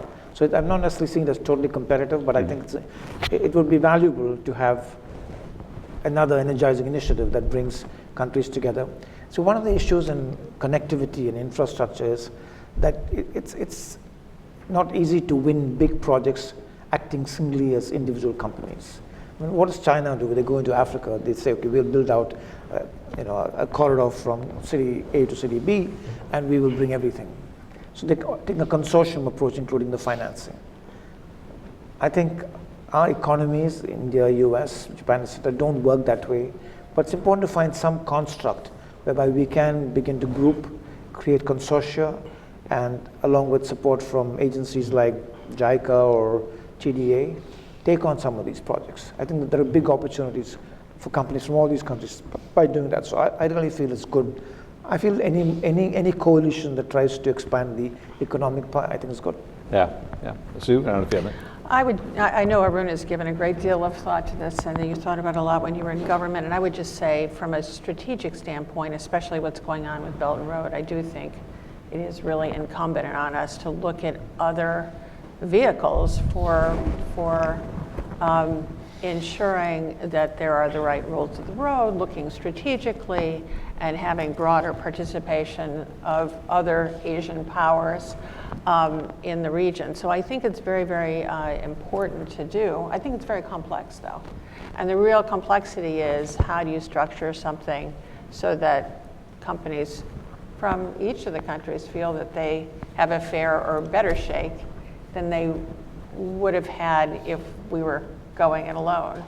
And so I think it's really important given the current competitive environment, but I think this is going to be a very complicated, delicate exercise. I think one area, I guess, that I did see where it would be helpful, we talk about, and this is a question I'm going to put over to Sarna too, similar to the one that I asked Ambassador Wisner about, is there really a dead zone on reform? But you look at it a different way. Some of our partners we're talking about in trilateral and quadrilateral were actually complaining at the end of the Obama administration because in the effort to try to get all of our agreements across the finish line before they left office, we were jamming the phone lines of almost every action officer in the entire government of India. So a lot of our other partners couldn't get phone calls returned, couldn't get actions initiated on the Indian side because we were just like the sprint to the end of the marathon there at the end of the 8-year term there. So, if we can shed a little bit of light and use in some of our partners in those moments too. But Sarna, let me ask you that question. I mean, what do you think about that? With the elections coming up a year away from now, some key state elections, do you think that it limits on what the Modi government can do in terms of some of the issues that we have on our agenda? Is economic reform, mostly out of the political sphere? Is there scope? Is there hope? I mean, I think it definitely does. I agree with Ambassador Wisner, and I don't think that's particularly a comment on this government. It's just that it's the nature of politics. It's the nature of politics in many places. It's certainly the nature of politics in India. I mean, you have a reform tracker with the 30 major reforms, and correct me if I'm wrong, but I think the last major reform was more than a year ago, about a year ago, June 2017 or so on your GST, July. GST, yeah. right. Yep. So that's almost a year ago. And so now we're heading into a national election. And I actually have a slight disagreement with Arun on this question of the kinds of conversations we have about economics and economic policies in India. While it's certainly true that politicians of all hues have got the memo about investment, they've understood that guy comes, builds a factory, that means jobs and potentially votes. no problem. It could be Mamta, it could be you name it. They're not all equally good at executing, but they've understood that. But in other sort of fundamental ways, I think in many ways the debate is still on. So just recently I was watching a speech to the Bombay Stock Exchange by Mohan Bhagwat, the head of the RSS. And for those of you who speak Hindi, I would encourage you to watch that speech. It's just fascinating. It was a 55-minute speech. And first of all, here you have the head of the RSS speaking to the Bombay Stock Exchange. Talk about something incongruous to begin with. And then that entire speech was really it was kind of an attempt to massage spiritual ideas into something approaching an economic philosophy. And it was really interesting to watch. But the point I'm trying to make over here is that some of these questions have not been settled. The fact that we had demonetization in 2016, which I think is one of the most harebrained things that any government of India or any government anywhere has done, I call it too crazy for Venezuela, was, to me that was mind-blowing. And the only people, and of course after the fact we had various people, most of them affiliated with the government in some way, justifying this policy somehow. But before the fact, the only people who had recommended this kind of crazy scheme were people from some small, obscure NGOs or some one NGO in Pune, and people who are kind of broadly part of this RSS family. And I don't want to overstate it. I think clearly India has moved way more towards markets and towards a kind of contemporary understanding of free enterprise between 1991 and now, no question about it. But I think that we should not forget that there are still live debates within the kind of, the family of the BJP about very fundamental things. Do markets work? Can the private sector run an airline better than the public sector? These remain very sort of live and open. My last point on the sort of question of why things are closed or why we're unlikely to see much reform in the run-up to the election is that all of the attacks on Modi on economic issues come from his left. No politician goes out there and says, hey, you haven't liberalized fast enough. The politicians all go out there and say, oh, you're a crook and you're in the pocket of the rich guys. That's the only language of politics across parties. And that means necessarily that heading into a national election, you have to be careful. I don't blame the government for being careful running leading up to a national election. Yeah. Well, Arun and Sarna, and I'll throw this one to both of you.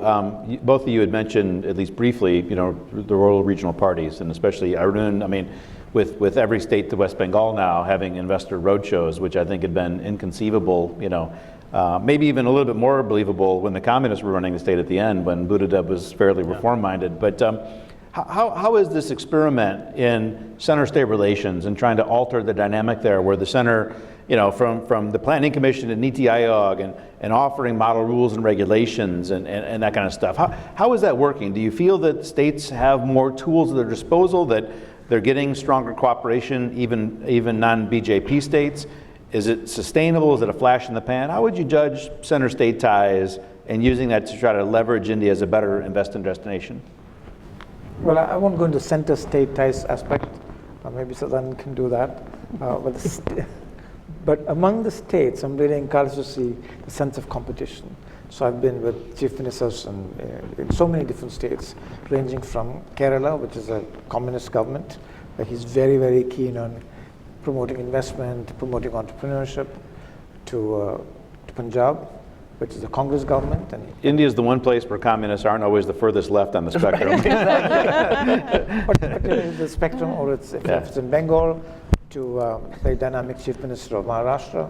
So you see all these states with very different political parties, but in terms of promoting investment, promoting employment, promoting economic dynamism in general, I think they're all on the same page. Chief Naidu in Andhra. So you have about half a dozen to 10 very dynamic chief ministers who are very, very keen, and they feel that that's what they can do for their people, and that's what's going to get them elected. So they definitely believe that. As a result of that, they take best practices from each other. They each are creating various ways of increasing the ease of doing business through single window approval mechanisms or various pieces of legislation, sometimes punishing officials who sit on files. I mean, the whole spectrum of tools that are coming out in these different states. So I would say that I do see a certain degree of energy in that space. I don't know, to some extent competitive, but to some extent that's where they are. They want to lift up their states. So, as with most things, there's a glass half full and a glass half empty way of looking at this. And obviously, from an investor perspective, it's been great that you have this state level competition, and that I have Maharashtra competing with Gujarat and so on.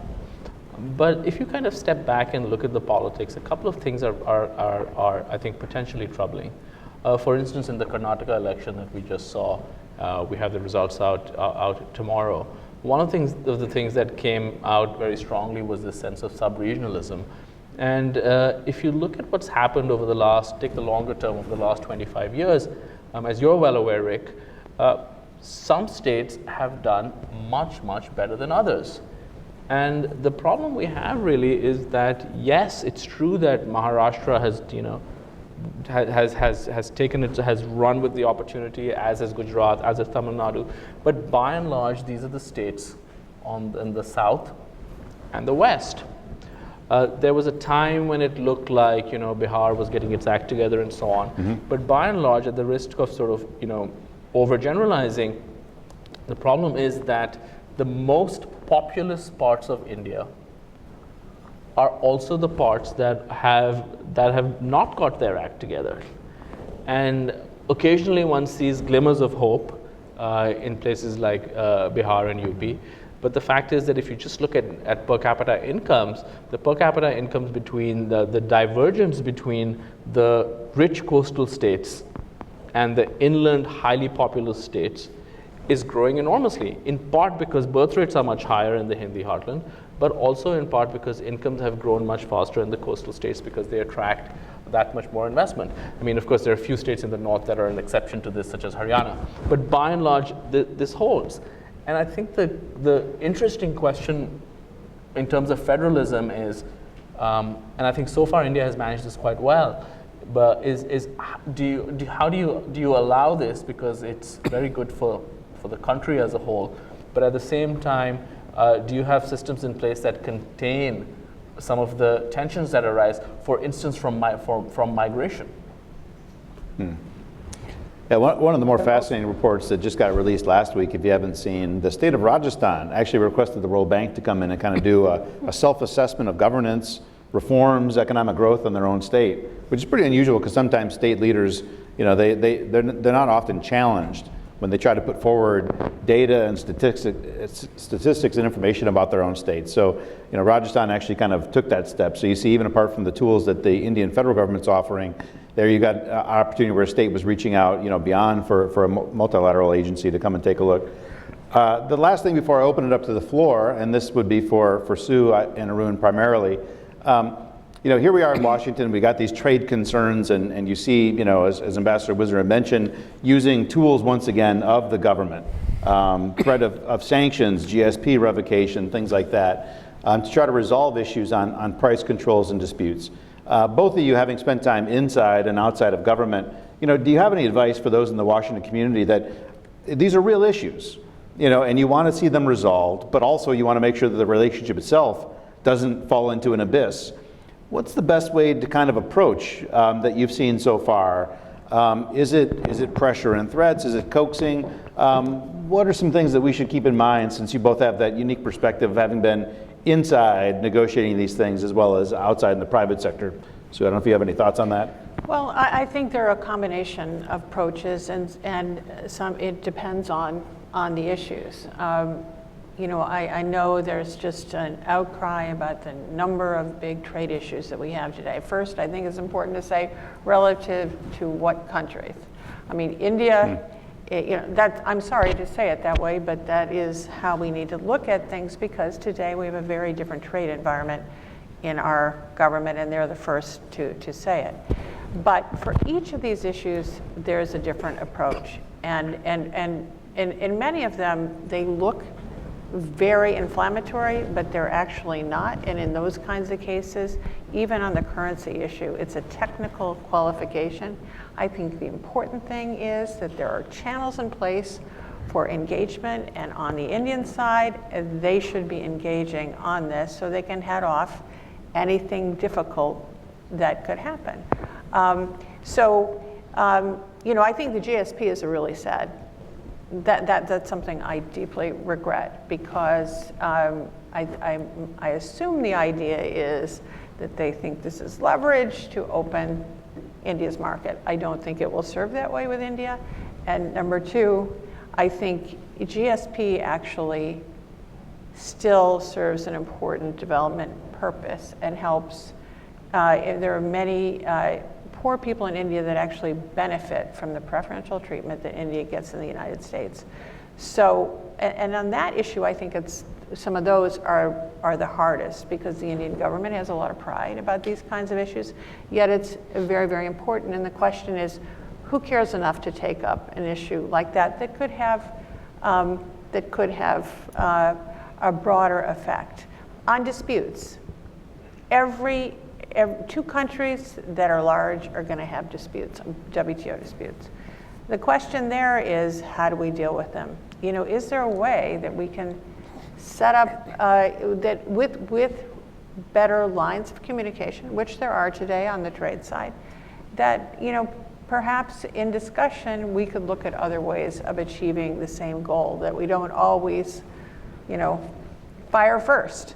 I think each of these issues require a different kind of approach, and there are ways to manage and redirect some of the issues. I think there are two areas that I'd like to raise. One is how you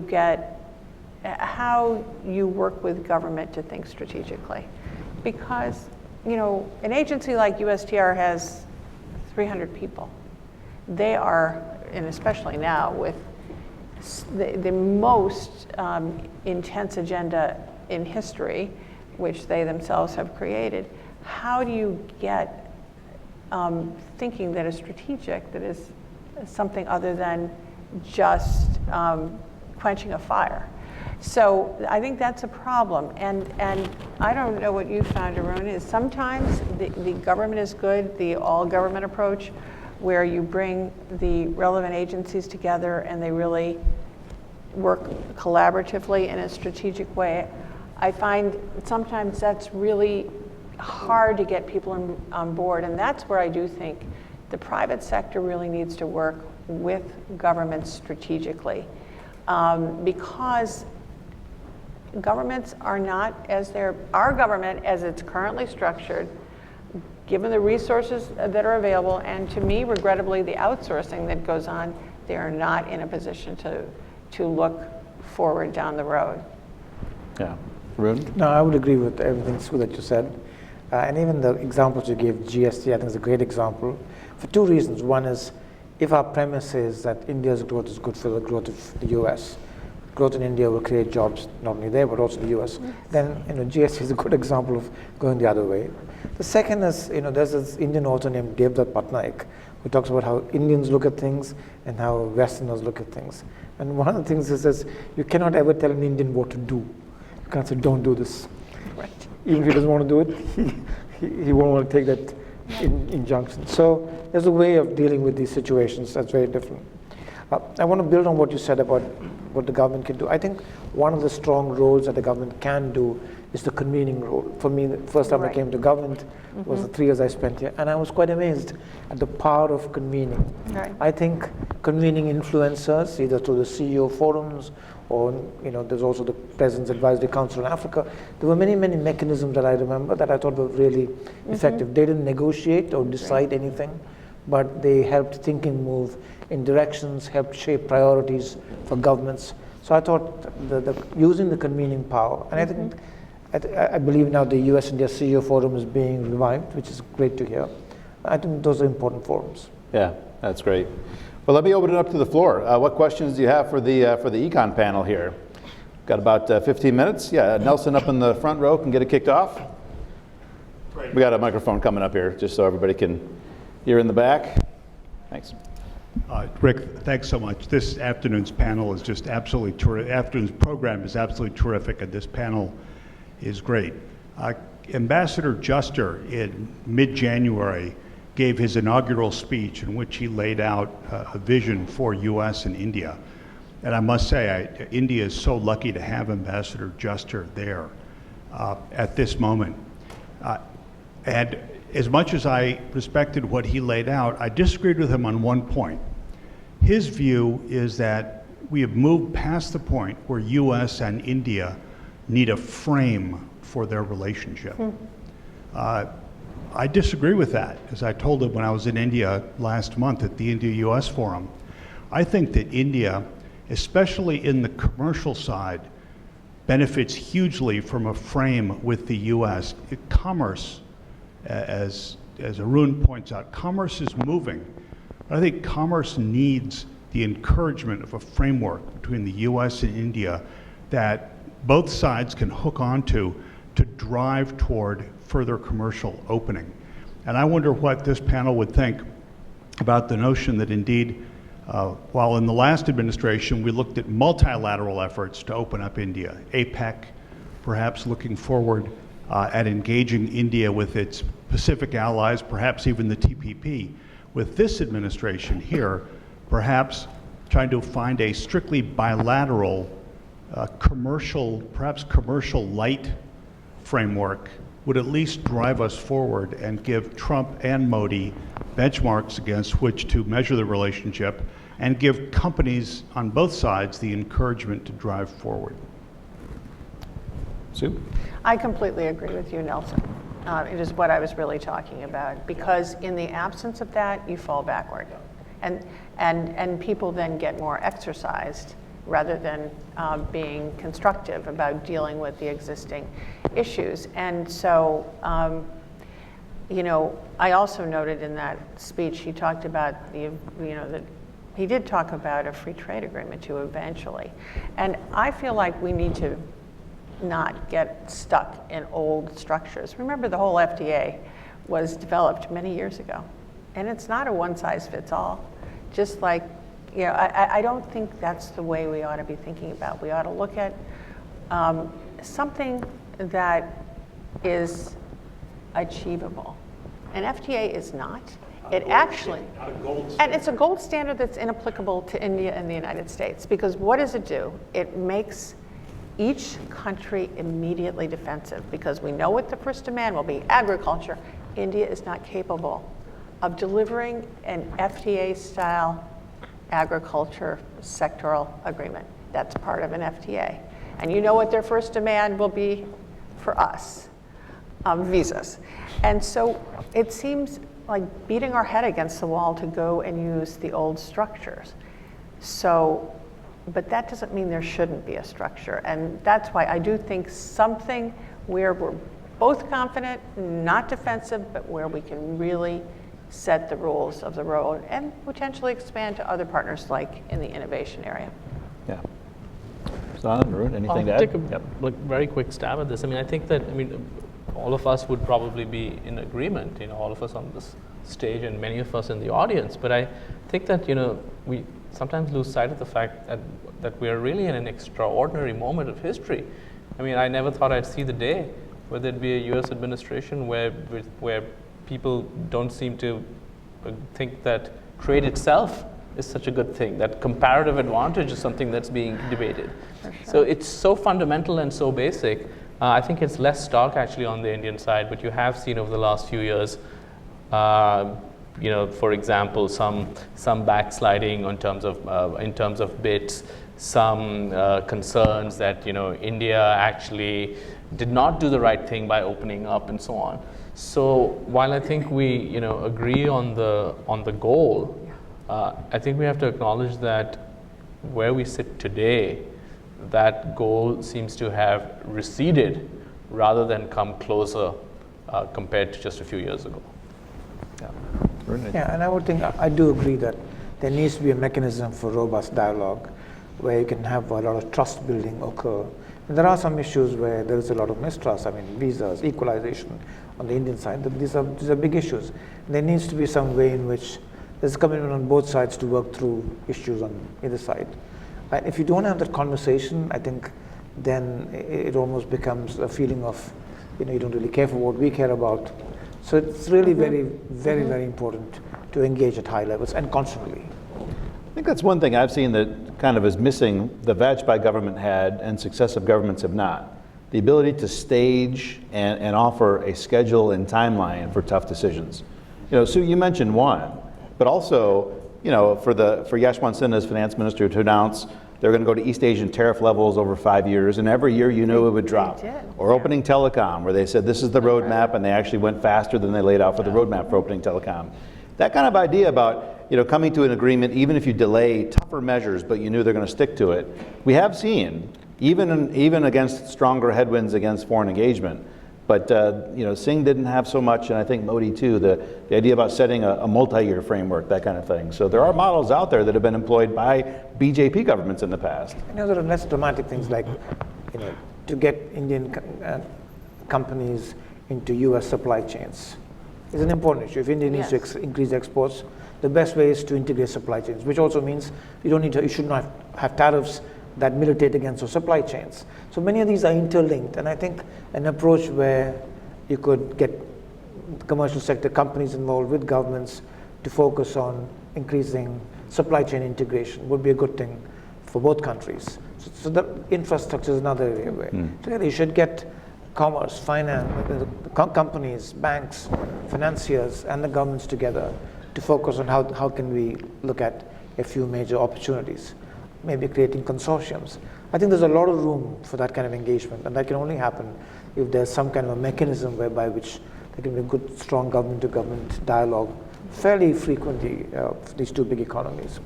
I think, so you mentioned the deficit thing.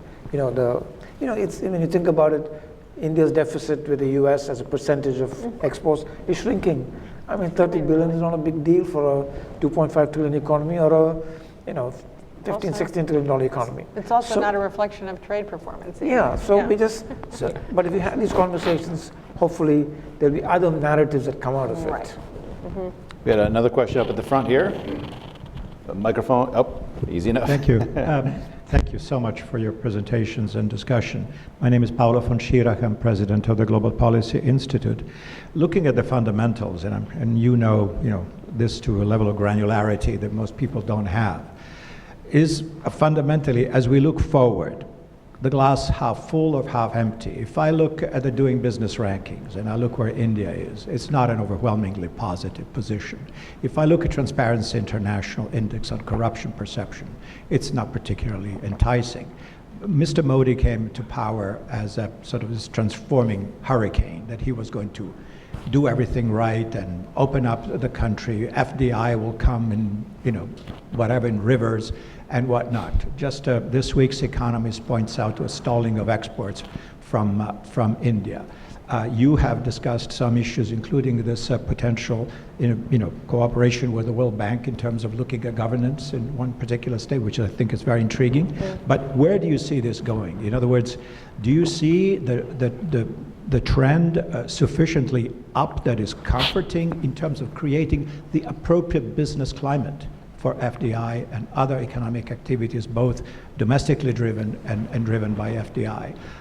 As an observer and looking at the world map, I am not overwhelmed. The question is, am I not seeing all the right signs that you've been appropriately discussing? Or what is it that needs to be done? And if so, is it an urgent need, or we can say, oh, don't worry about it, we are on the right track, we'll get there. What is your take, if I may? I think Washington's perspective, we're always going to say it's urgent need, so I think everybody agree with that one. But Sarna, do you want to take the first crack at the? I think, first of all, I don't think anybody was expecting, that any prime minister was going to come in and, make ease of doing business. India wasn't going to be turned into Singapore, right, by anyone. So what you're looking at essentially are very low rankings, and what you're looking for is incremental change. Is it in the right direction? In terms of the ease of doing business rankings, in fact, it has been in the right direction.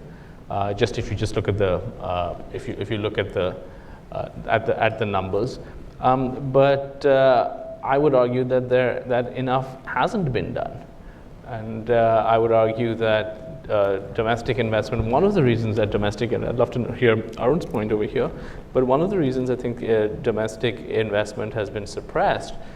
I mean, there's of course the so-called twin balance sheet problem, which is that banks had loaned too much and companies had overcapacity from the boom years, and so it doesn't make sense for them to be investing. But the sense I get, at least anecdotally, is also, and it comes back to this idea of working through very basic ideas, that the party and its core supporters, if they had to choose between two goals, between cracking down on crooks as they see it and generating wealth, if you had to pick between one of these two, I think there's a very large strand within the BJP and the RSS that would pick cracking down on so-called crooks. You've seen there was a Morgan Stanley report that came out not so long ago that India's seen quite a large flight of wealthy people, high net worth individuals, in the tens of thousands, and this is partly because they feel that, especially on the taxation front, the environment has been made less friendly. Now, of course, government supporters will say that this is all very good and that this is part of a cleanup and so on. But my own belief is that this government has acted as though the instrument that it is wielding is a flawless instrument. But in fact, I don't think that the tax service that Mr. Modi commands is the Danish tax service. And the real world consequences for the investment climate, I think, have been negative. So, I mean, it's a fantastic question, and I think that in many ways it comes down to, what do the people in a democracy want? And it seems to me that what he's done is, broadly speaking, the popular choice. I don't think this has been the correct choice. I think that we would probably have been better off, for instance, if he had decided that his number one priority, or first through fifth priority, was going to be job creation. There was a story, I don't know if you saw this the other day, there was a story about how there were, what was the number? It was a phenomenal number, something like 25 million people applied for 90,000 jobs in the railways. Oh yes, I saw that. And that gives you that gives you a sense of the urgency that ought to be attached to the jobs question. This is not something that's been approached with that urgency, and so I certainly think that in terms of, we were never going to get, we were never going to go from 130 in ease of doing business to 5.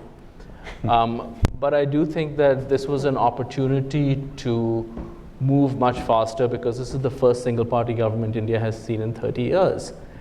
And the fact that the government has not been able to move faster, despite having the first single party majority in 30 years, despite having such a charismatic prime minister, does raise questions.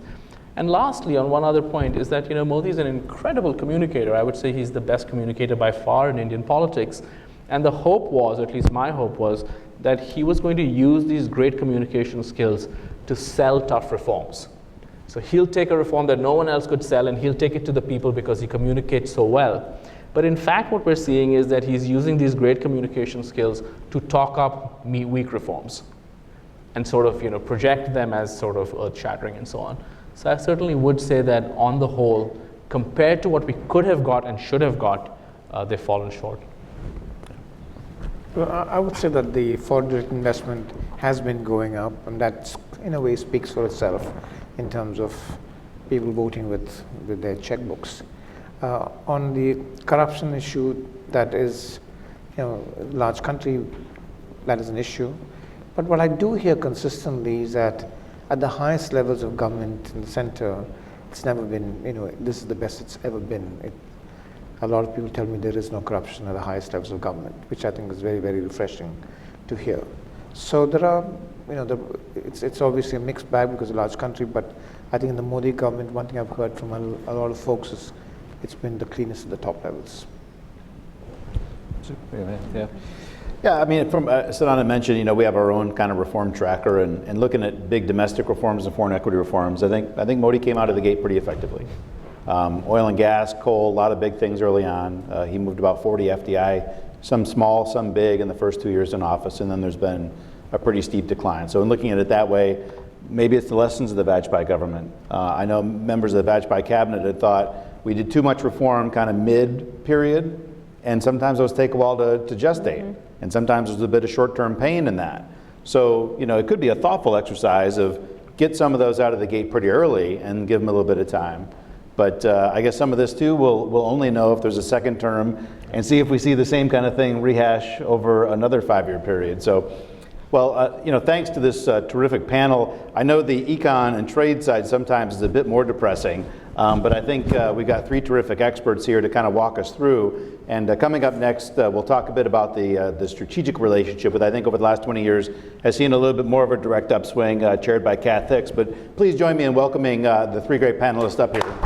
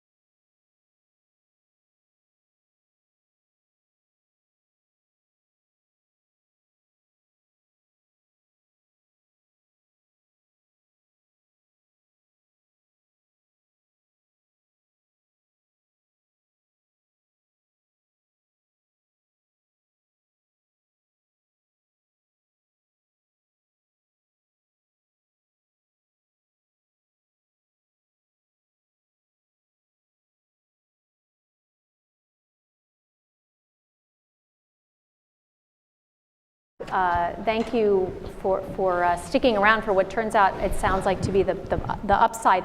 I work security, so we're almost never the upside. So I'm thrilled to be doing U.S.-India security today, as it is in fact a bright spot. My name is Kathleen Hicks. I direct the International Security Program here. I'm delighted to be here at the invitation of Rick Rossow, a great colleague, and we've worked together before on U.S.-India defense work. And I am particularly delighted to have three real pros on this topic here with me today. To my immediate left, I have the Honorable Raymond Vickery. He's a non-resident senior associate here at CSIS with the Wadhwani Chair. And during the Clinton administration, Mr. Vickery served as Assistant Secretary of Commerce for Trade Development, where he was responsible for India in the department's Big Emerging Markets initiative. He's also a senior advisor at Albright Stonebridge. To his left is Vikram Singh, who is a senior fellow for national security at the Center for American Progress. Vikram was Vice President for National Security and International Policy from 2014 to 2017. He convened and served on CAP's task force on U.S.-India relations, and from 2009 to 2014, Mr. Singh held senior positions at the U.S. Departments of State and Defense, including as Deputy Assistant Secretary of Defense for South and Southeast Asia, and as Deputy Special Representative for Afghanistan and Pakistan.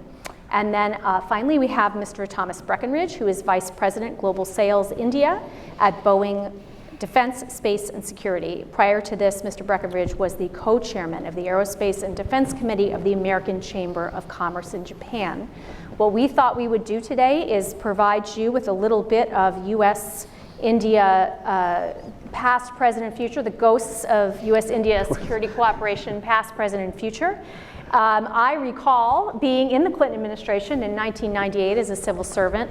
At the time of the nuclear test, I recall having, I worked a non-proliferation portfolio among other things, so it was quite remarkable to see the enthusiasm of the Indian people around the acquisition of nuclear weapons and nuclear capability. And here we are, 30 years later to the June 2016 joint statement, expressing the state of the U.S.-Indian defense relationship as quite strong. And now, of course, we have a recognition through the Congress of India as a major defense partner. So quite a journey. And so I thought what we would do is go, just as we have them seated here from past to present to future, talk a little bit about where we have been on this journey and where we're going. So over to you. Well, thank you very much, Kath. It is a pleasure to be here, and I want to thank my good friend Rick Rossow for being the Svengali who's put all this together. I'm very pleased to be working with Rick again. We met about 20 years ago. He's described himself as a fresh-faced kid with hair at the time. And it's great to be with the program here at CSIS. Since I'm the ghost of Christmas past, I want to take on what the characterization of the 1998 test has been for this as a wake-up call, and that I think is a very good description. But to have a wake-up call, you have to also have had a dawn, and then you had to have a night.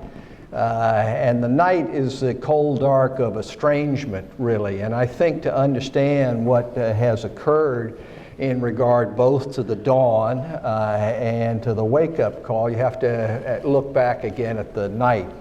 And I'm particularly qualified to do that since I was in India in 64, 65 as a Fulbright student before the night really fell. And it fell, I think, basically on three basic principles. And the first one, of course, was the Cold War.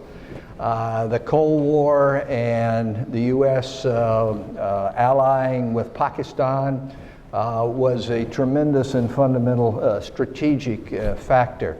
The second would be what I would label the license Raj, which is not just the license Raj, which you had to have a license to do everything. I think people here are familiar with that concept. Even to increase production, you had to have a license to produce more widgets to be able to do that. But it really was the whole Fabian socialist top-down command market economy, which came with a vengeance in the late 60s and 70s as IBM, Coca-Cola, import substitution under Prime Minister Indira Gandhi became. And the third factor, I think, in the falling of that night, which we really don't give enough emphasis to, is the nuclear issue, characterized as nuclear apartheid by some in India. And I don't think there was a realization of how much it wounded the psyche, if you will, for us in 1968 to be insisting to India that it not only not have nuclear weapons, but it give up the possibility for all time of having nuclear weapons. And this is at a time when India strategically wanted to be seen and should have been seen as a fundamentally equal power in the great architecture of national security. India wanted to be seen as an equal to the United Kingdom that had nuclear weapons, because the United Kingdom had exploited them for 200-300 years. They wanted to be seen as an equal for the United States because many saw us as a successor to Britain in terms of an imperial power. And most of all, they wanted to be, and this was most galling, wanted to be seen as equal to China. China had invaded India in 1962, and if you said in 68 you can't be equal with China, then that really hurt. So the whole third proposition about nuclear apartheid and the nuclear issue was really as much about equality. It was about national status as it was in terms of the pure strategic considerations that came about. Well, what happened is that the dawn really broke not in 1998, but in 1991. And the first two factors I've indicated, the Cold War, it was pretty much gone as such because the Soviet Union fell. The second factor in terms of the vengeance of top-down license raj also went away. India had its back to the wall. It couldn't pay its bills. Under the leadership of Manmohan Singh and Prime Minister Rao, there was a doing away with the license raj. Now that wasn't complete, and we had a very apt discussion earlier this afternoon about that. But those two went away, but the third one didn't go away, and that was the whole nuclear issue. And what happened, because I was there, Kath, at that time, was we went in the United States into kind of a slumber of optimism. Things were going so great. India said it would be a founding member of the WTO. I helped organize Ron Brown's trip out there in 1995. We signed billions of dollars worth of deals. Everything seemed to be looking up. In 96, we even got India to join on the information technology agreement. I was there in Singapore, and nobody said they'd sign up, but they did sign up. And the militaries were talking to each other, and things seemed to be going along pretty well. But when the BJP put into its manifesto that it was going to induct the nuclear option, people on this side of the water didn't realize that induct means what it says. And what they did was just follow through on what they said. Well, there was immediate outrage, of course. And perhaps even worse, there had been in 1984, under the leadership of Senator John Glenn from Ohio, the Glenn Amendment to the Export Control Act, which put in a wide range of sanctions for testing.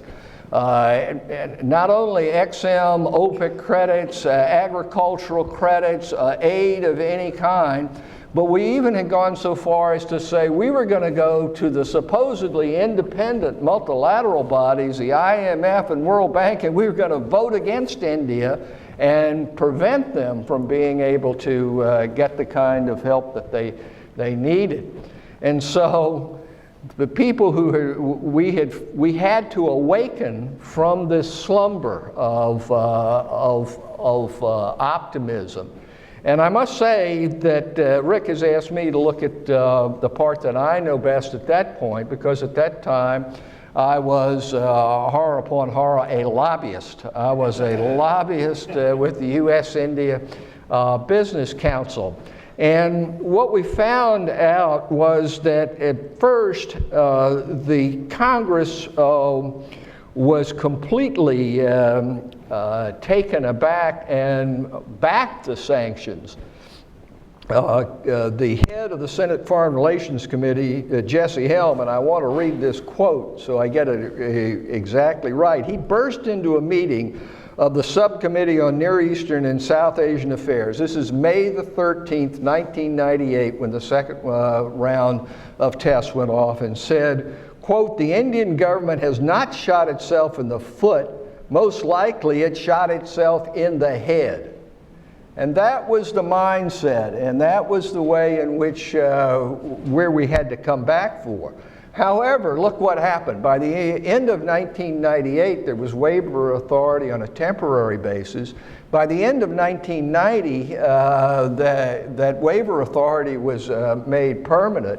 By the end of 2001, the sanctions were completely gone. By 2008, we had a civil nuclear deal with India, and today India is a major defense partner of the United States. Well, what happened in that regard? Well, I know that causation is a very difficult philosophical problem, and I know that because I was instructed in it by a professor of Buddhist philosophy at the University of Sri Lanka at Peradeniya.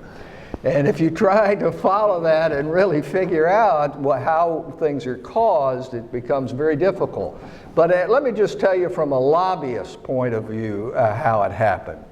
The way it happened in terms of the Congress turning around was to be able to find folks who had an interest in seeing a change and hooking up, linking with those people in the Congress that did. And a fundamental part of it, of course, was putting together coalition, and a fundamental part of that was the Indian American community. Thanks to Indian Americans across the nation, but led by my good friend Swadesh Chatterjee from North Carolina, they went to Jesse Helms, who's from North Carolina, and started that process of why it is that India would need to have nuclear weapons. And the analogy which was used was, well, look, suppose Canada had nuclear weapons and Mexico had nuclear weapons and you didn't have any. What would you want to do? And that was a strong argument. A strong point, though, was that Senator Helms awakened to the fact that his opposition to the Comprehensive Test Ban Treaty was linked to this. But then what happened after that, I won't go into the details. You could buy my book. It's sold in the hundreds. It's called, it's called The Eagle and the Elephant, Strategic Aspects of U.S.-India Economic Engagement. It's a whole chapter as to how this coalition was put together. But basically, just Sam Brownback was senator from Kansas at that time. Yes, he's the same guy, just became the ambassador under this administration. Senator Brownback was not only on foreign relations as the head of the subcommittee that had jurisdiction over South Asia, but he was also on the Appropriations Committee. And more importantly, there had been an upsurge in the sale of wheat at that time, still at a very low level. But there was a memory of almost 1 million tons going out from the United States in the early 90s, not to mention the 7 million tons or so in the earlier heyday. And wheat farmers in Kansas had an interest in that. And it's very interesting that the first relief from the sanctions happened weeks after that, and it was the lifting of the agricultural credits that went into the Export Control Act. You wouldn't usually think of those things being linked up, but that's the way Congress works. Now, after that, you have to look again at what interests are. The biggest export of Kansas is not wheat. It is connected to the aerospace industry. And Tom's great company buys a lot of those fuselages and parts in there. And there are a couple of companies that export whole aircraft. And so there was a concern there as well, and that was built upon, and we built upon it by putting together the coalition with Indian Americans, with the business community, and people who were from the academic think tank community here. And that same coalition then, when the George W. Bush administration seized this issue, they could see that in spite of what had happened on the first 2 points I talked about in regard to the Cold War and regard to the license raj, we still had to resolve and work on the business of the nuclear issue. And so on July 18th, 2005, there was a joint statement. And then in 2008, through the use of this coalition, we were able to get that change. Now, Rick has asked me to look not just at the past, Kath, if I might. I'll just say a couple of words about the future. One, I think that those three issues are still fundamental in regard to what happens in the strategic security area. The fact is that these economic issues and the strategic issues, military issues, are joined at the hip. And this idea that somehow we're going to handle strategic issues over here and economic issues over there and people aren't going to be talking to, that's ridiculous. These things are are together. Now, in regard, the Cold War is not coming back, but we are getting into a Cold War mentality strategically, or we could get into it because of the business about sanctions in regard to Russia, and now exacerbated by the business of what happens on, guess what, the nuclear issue in regard to Iran. And India has great strategic commitments. The port of Chabahar, I'm sure we'll hear more about that. They're not going to give that up. And that's still fundamental. That problem is still there and needs to be attacked. Same thing in regard to the license raj. We're never going to go back to that, but you've heard from the economic panel, we have an upsurge in regard to protectionism, import substitution, and the terrible thing is it's not on just one side this time around, it's on both sides. And let's not forget this nuclear issue. It's true we're not going to have a fight over civil nuclear, but as Rick has pointed out, we've talked about, there hasn't been 1 kilowatt of electricity produced by a U.S.-India nuclear project since the deal was signed. Even more worrisome than that, from a strategic point of view, is that India is still not completely integrated into the architecture of what happens in terms of nuclear matters worldwide. They're not a member of the nuclear suppliers group. They're not being consulted in terms of what the strategy is. We do not have that. And I'm sure other people in the panel are going to go into that in more detail. Just in closing my opening remarks, Rick said, and this has been the question to all the panel, did you expect that this would have gone further in terms of the U.S.-India relationship or what? And I've heard people say, oh, well, we couldn't imagine that it would be this great. I mean, we have $125 billion worth of trade, and we're doing Project Malabar, and we've got all these things. I, for one, had thought it would go a lot farther. I did not think that this far along the road, we'd still be treating India as a second-class citizen for purposes of arms export control. I didn't believe that we would still have people on both sides running from the designation of the U.S. and India as allies. And I, quite frankly, thought that we would have gotten a lot further along in this.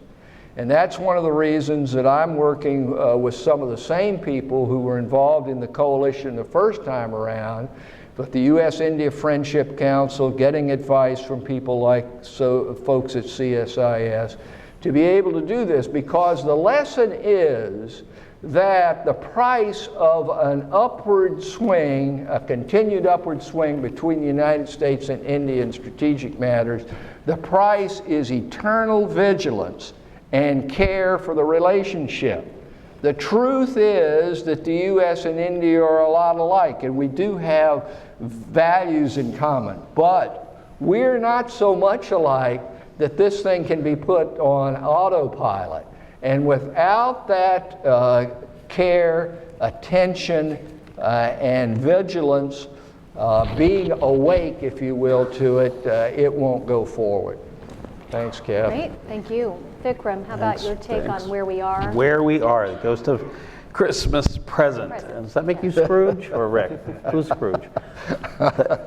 Scrooge is the one getting the ghosts. Yeah. I guess okay. I'm Scrooge. That's you. You're Scrooge. Okay. So, well, you have hope ahead of you. Don't worry about it. So thank you, Ray, and thank you, Rick, Kath, CSIS for pulling this together. It is kind of a momentous anniversary, right? I mean, somebody made, sir, you made the glass, is it a glass half full or glass half empty? I often tell people, if you want to know whether you're an optimist or you're a pessimist at heart, tell me how you feel about the U.S.-India relationship, and I'll tell you whether you're an optimist or a pessimist. So I'm generally an optimist, but there's a lot of reasons to look at the U.S.-India relationship as either half full or half empty, depending on sort of how you feel about things. My feeling was, after the nuclear tests, the fact is, we backed out of that, what was a cul-de-sac for this relationship, really very quickly. I mean, 5 years later, we were like, next steps in the strategic partnership and moving toward the civil nuclear deal. And that's actually not a very typical kind of scenario or timeline in these sorts of things. Normally, when you have sanctions like this fall for something like, nuclear issues, you're really mired in a problem for a long time. So I feel like there's been an effort on both sides to right the ship when it goes off kilter. And Ambassador Sarna opened with that great line about estrangement means there had to be affection, in the underlying the relationship. And I think that it is I think that's true. It's basically a steady relationship, but it's not some sort of a fairy tale. And it comes along with sort of episodic calamities, which we've heard a bunch of, actually. And then sometimes they're smaller, a diplomat gets arrested in New York, that kind of a thing. These sort of episodic incidents that tend to characterize this relationship and always seem like they could really derail things, but then we sort of come back from the brink. So I'll end with talking about the next one of those that is on the horizon. Basically, I've been asked to reflect on what's working and what could be improved. And in terms of strategic and defense cooperation issues, my India experience sort of spans the what's working time frame, right? I was my first India desk job at the Pentagon was in the Rumsfeld Pentagon late 2003, and I was in charge of, how are we going to handle missile technology issues in the next steps in the strategic partnership, and this is, so for me, I've seen sort of this as a continual upward slope with some bumps, but you know, getting to 15 billion in trade, defense trade, and things like that. When I first looked at it, that seemed like a really far off. That seemed like a really far off dream. You know, I didn't really think, you know, that India would be buying Apaches or you know, that kind of. That was so. It seems like that's been a pretty good trajectory. We've been sort of steadily going. So what's working is quite a lot. But paradoxically, I kind of think from a strategic standpoint, in terms of realizing the lofty rhetoric and the aims and the potential of this relationship, the fact that quite a lot is working on defense actually can be a problem. Because it is, it actually tends to temper the sense of trying to go for something big, trying to move to the next level. It's kind of like we were like, whew, we did that nuclear thing. And now, like, we never need to do anything big like that again. And I'm not really sure that that's true. So I'll talk a little bit about why I think that's not true and why I think there could be some big steps that are worth trying to do.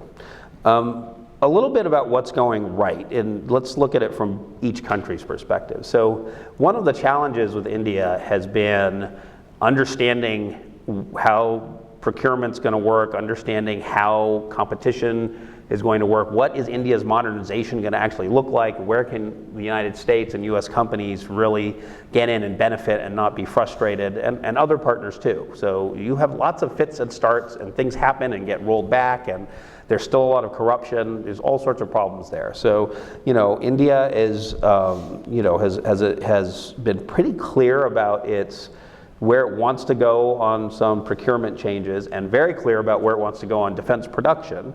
I mean, they're hoping to sort of have a 40-fold increase, it's not quite 40, but close to that, in defense exports by the middle of the 2020s. So, you know, 7 years, 30 to 40-fold increase in defense exports is what India wants. Well, to get to that would require certain things, including certain types of cooperation with countries like the United States, because it isn't going to happen as just an indigenous activity.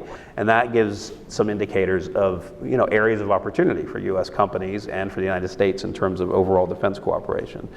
India has also formed just recently this Defense Planning Committee. From my standpoint, this is led by National Security Advisor Doval. It is a joint, it's inter-services, so all the service chiefs are on it. Finance people are on it. Procurement people are on it. And it is supposed to potentially do something that India's just never done, which is like really look at a cross-cutting defense strategy, look at how it relates to how defense diplomacy is done by India, look at look at how to prioritize and accelerate things that are critical strategic requirements that they actually identify as strategic priorities. One of the interesting things about India is that everyone involved with defense in India knows they need to modernize. They don't seem to necessarily have a sense of for what priorities, what matters most. There really isn't a clear tie to like India's national strategy, where India wants to go and how defense fits into that, and how it fits in with the other tools of India's national power, which is a real impediment for the United States trying to cooperate with India, because we can't figure out, okay, when we look at US national interest, US national security strategy, US national defense strategy, where does that mesh with India, and how can we make those be the things that we devote the most of our energy to? India's also done some more, you know, parochial things, but like, you know, technically, if there's tech transfer, you could lift the limits on FDI caps, things like that give us a lot of, you know, there's a lot of sort of hope and energy, and for the most part, the defense sector here is still pretty bullish, you know?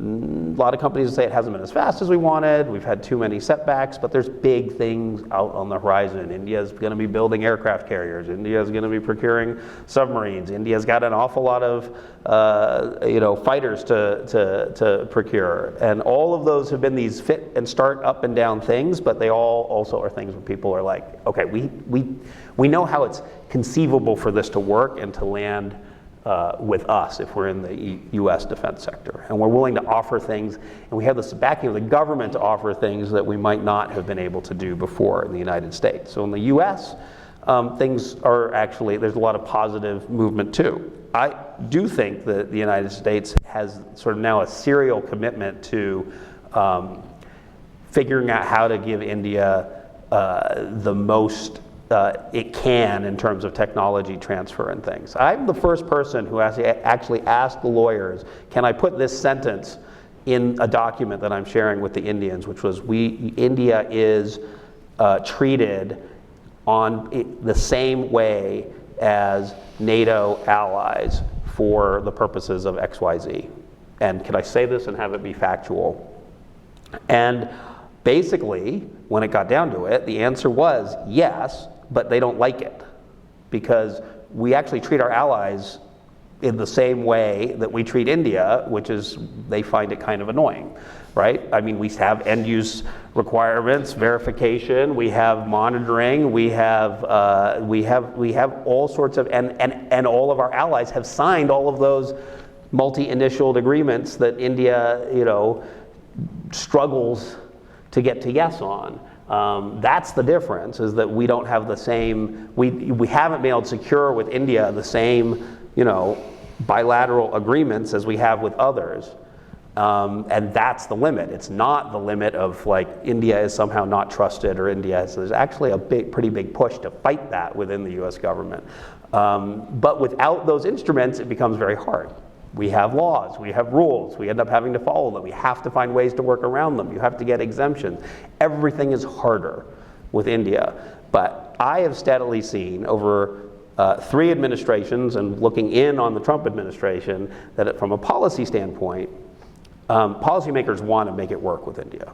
For the most part, they want to get, if you can get it to India, we want to get it to India. And they're willing to go through an awful lot of pain to try to do that. So, meaning within our own system, fighting our own system. So that's a positive thing. Ken Juster said last month, we're going to be very forward-learning on tech transfer and helping India with indigenous production on defense. So that's the U.S. ambassador, a few weeks ago, articulating that we want to go that way. We sometimes just get in our own way, but partly that's because India won't sign simple things like, how will you keep our sensitive information secure?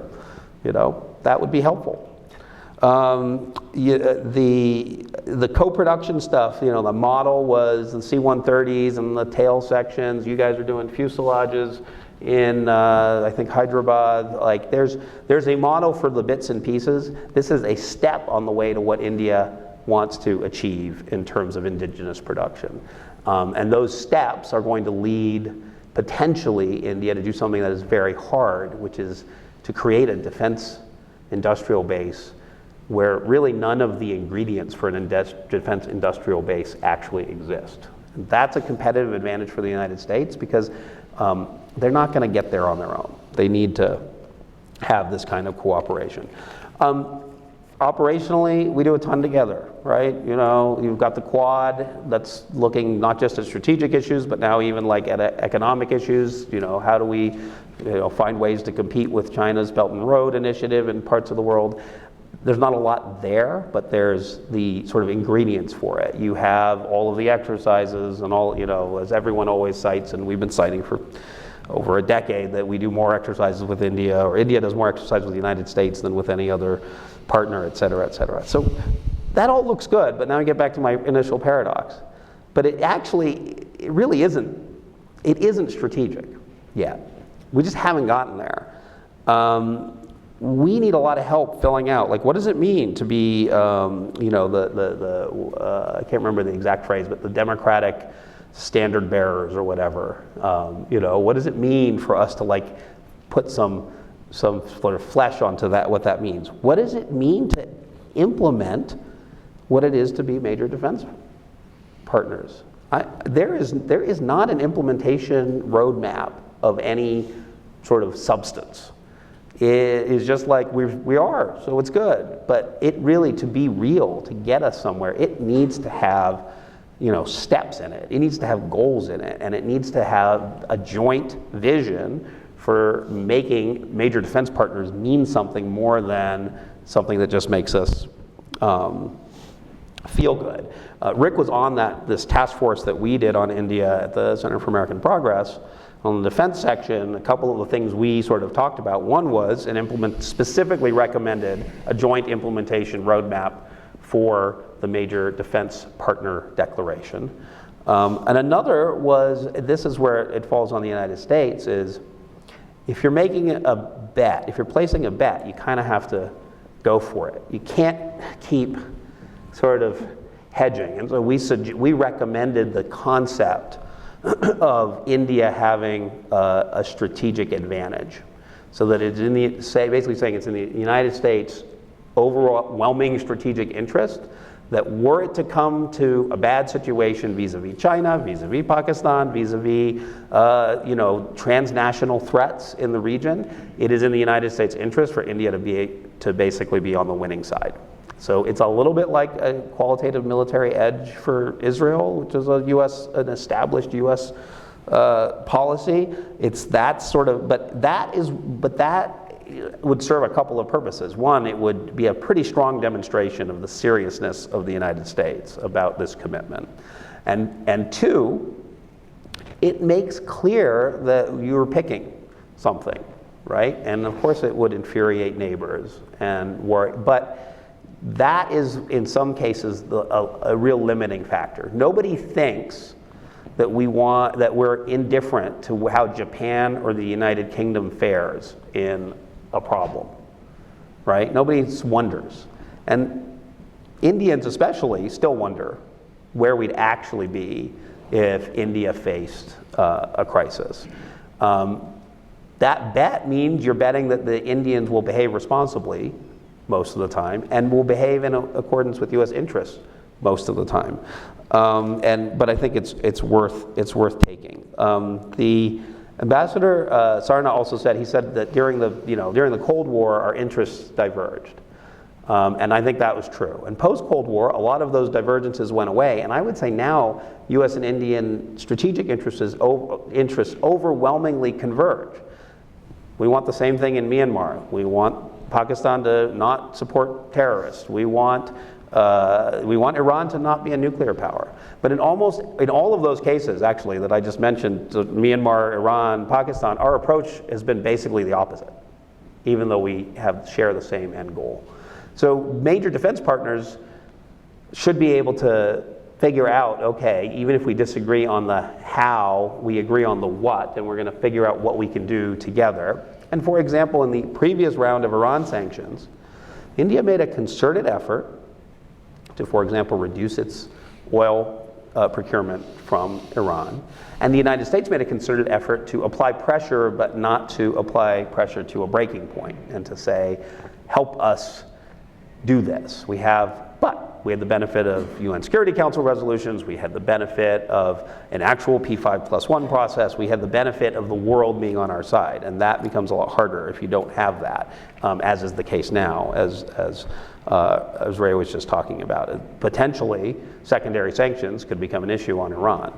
So really quickly, I mentioned the aircraft carriers, the fighters, space, unmanned systems, technology, not just sharing and transfer, but technology cooperation, something Ambassador Wisner talked about. These are all areas that are profoundly underinvested in both countries in terms of creative, ambitious thinking about what the two countries could do together. And then the last I would mention is ballistic missile defense, which goes all the way back more than a decade to being something that we prioritize as an area in which we are going to cooperate. And here we are with the Indians about to procure the S-400 and find ourselves in a sanctions crisis, the likes of which we really haven't seen in 20 years, because there is no waiver in the CAATSA sanctions legislation. My feeling is, folks on the Hill, Republican, this is, what else has been done, practically, 500 to zip. I think only 5 members of Congress voted against these sanctions. My feeling is they think, hey, the administration's job is to get the Indians and any other partners to comply with these sanctions. I don't think they necessarily think it's their job to grant special waiver authority. So I think this is going to move in a pretty difficult direction pretty quickly, because we're going to be doing a lot of dancing here to not sanction India, but we will be in violation of US law if we're not sanctioning India when they buy this S-400 system. Why has India not been offered Patriot, THAAD, whatever? Like, what is, have the Indians, is there a strategy for communicating to the Indians what this future looks like after this step is taken? Because this is what reveals that we're not living up to the major defense partner vision. If you're major defense partners, there's clarity around things like this. The administration can't help. I mean, that was a very veto-proof bill that this administration pretty reluctantly signed, not because they were worried about hurting India, probably because they were worried about hurting Russia. But be that as it may, this is a real issue. So Iran and Russia sanctions are going to start having secondary effects on friends and frenemies and others all around the world, and I don't see right now a plan for dealing with that. And I don't see it with India, and that's sort of our next episodic calamity in waiting. And so basically, and you're the optimist. my take is everything is good, but there's a real lack of strategic focus on making it as good as it should be. Thanks. I think that tees you up well, Tom, for the future. And also, to state the obvious, you're coming from an industry perspective, so maybe you can also infuse your remarks with Sure. that perspective as well. Yeah, sure. I was trying to remember lines that the Ghosts of Christmas Future said, and I don't remember if he said ditto ever during the film, but I hope he did, because that's what I agree almost with everything that both of you said. And first, thank you to Rick for the invitation and to CSIS. It's a true honor to be up here with you all, real experts. But I would like to just give a little bit of an industry perspective on some of the issues that both Ray and Vikram that you outlined. For us as Boeing, and I think for the defense industry, and this has really been talked about already, but the last 10 years have really been pretty phenomenal. I mean, if you look at Boeing's history in India, the company has a presence and relationships that date back to the 40s. But that was primarily driven from our commercial business, our commercial airplanes. Defense was really non-existent until about 10 years ago. And from then, it's really blossomed into one of our most important, one of our fastest growing markets. It started in 2009 with the sale of C-17 aircraft, and that's been quickly followed by sales of head-of-state aircraft, of P-8, of Apache, of Chinook, Harpoon, you name it. So it's been a very good experience for Boeing. So we're getting back to who's half empty, half full. We're definitely half full, and we're definitely, as a company, all in on India. I mean, partially because of the positive experience that we've had, partially because, as the last panel indicated, the significant economic growth that's ahead of us, the convergence of the shared interests between the US and India. So this is a long road ahead that, as a company, we see to be in India and making investments there. And I think Ambassador Wisner actually mentioned the figure of $16 billion in defense trade between the US and India over the last 10 years or so. And quite remarkably, about 75% of that is made up of Boeing business. So again, that's sort of an incredible figure, I know, but it just reflects and highlights the tremendous possibility that I think exists in terms of doing business with India, and then again, our company's positive experience there. And I think, this success, obviously as a company and as an industry, it's really driven to a large degree by the success and the evolution of the relationship at the bilateral level. So as Vikram and Ray already described, there's been a number of things that have happened over that 10-year period that have really enabled industry underneath the bilateral level to engage in these agreements and to really make the headway that we have. At Boeing, we like to say a win abroad is a win at home. And so for us, beyond the sales that these platforms represent, it also represents for the US a significant job number. It's actually about 64,000 jobs have been either created or sustained as a direct result of those programs and those sales that I already mentioned. But looking ahead, our figure, and based on the projections, if tied to the sales campaigns that we have underway now, it's about double that. So this is a very significant opportunity for us as a company, but also for us as a country economically. The jobs that Boeing obviously, the Boeing jobs and jobs with our supplier partners in the US are excellent, high-paying jobs. These are highly skilled jobs. These are jobs that are coveted all around the world. So that's something that comes along with this success story. But it's not. It's important to point out that this for us, India for us, this isn't just a sales market. This is, to a large degree, this is part of how we see the future. And definitely it being one of the fastest growing economies in the world, we look at that for potential both on the growth side and the productivity side. So tapping the enormous talent that's in India and bringing that into our global enterprise to be more competitive, not just in India, but in the US and globally, so that we continue to grow in the US, we continue to grow in India, is all part of the plan and part of the story for us. And just to give you some specifics, we now have over 1,200 people in India, Boeing employees in India. We've just recently opened an engineering and technology center in Bangalore that employs hundreds of people. It's an amazing place. It has an atmosphere of a startup. It's a truly inspiring place for people to visit, including myself. So the potential there, it's not just sales, it's also tapping this enormous potential that exists in the labor market. So that's a little bit of kind of where we've been and where we are from an industry perspective and from a company perspective. But I think the most important thing, as both these gentlemen outlined, is the question of where do we go from here? And despite or maybe because of the significant success that we've had, thinking about how to take that to the next level is really important. And I liked how you phrased it in terms of the slumber of success and making sure that we're avoiding that inclination to kind of, well, it's been so great and we've done so well, so let's just kind of ride it out.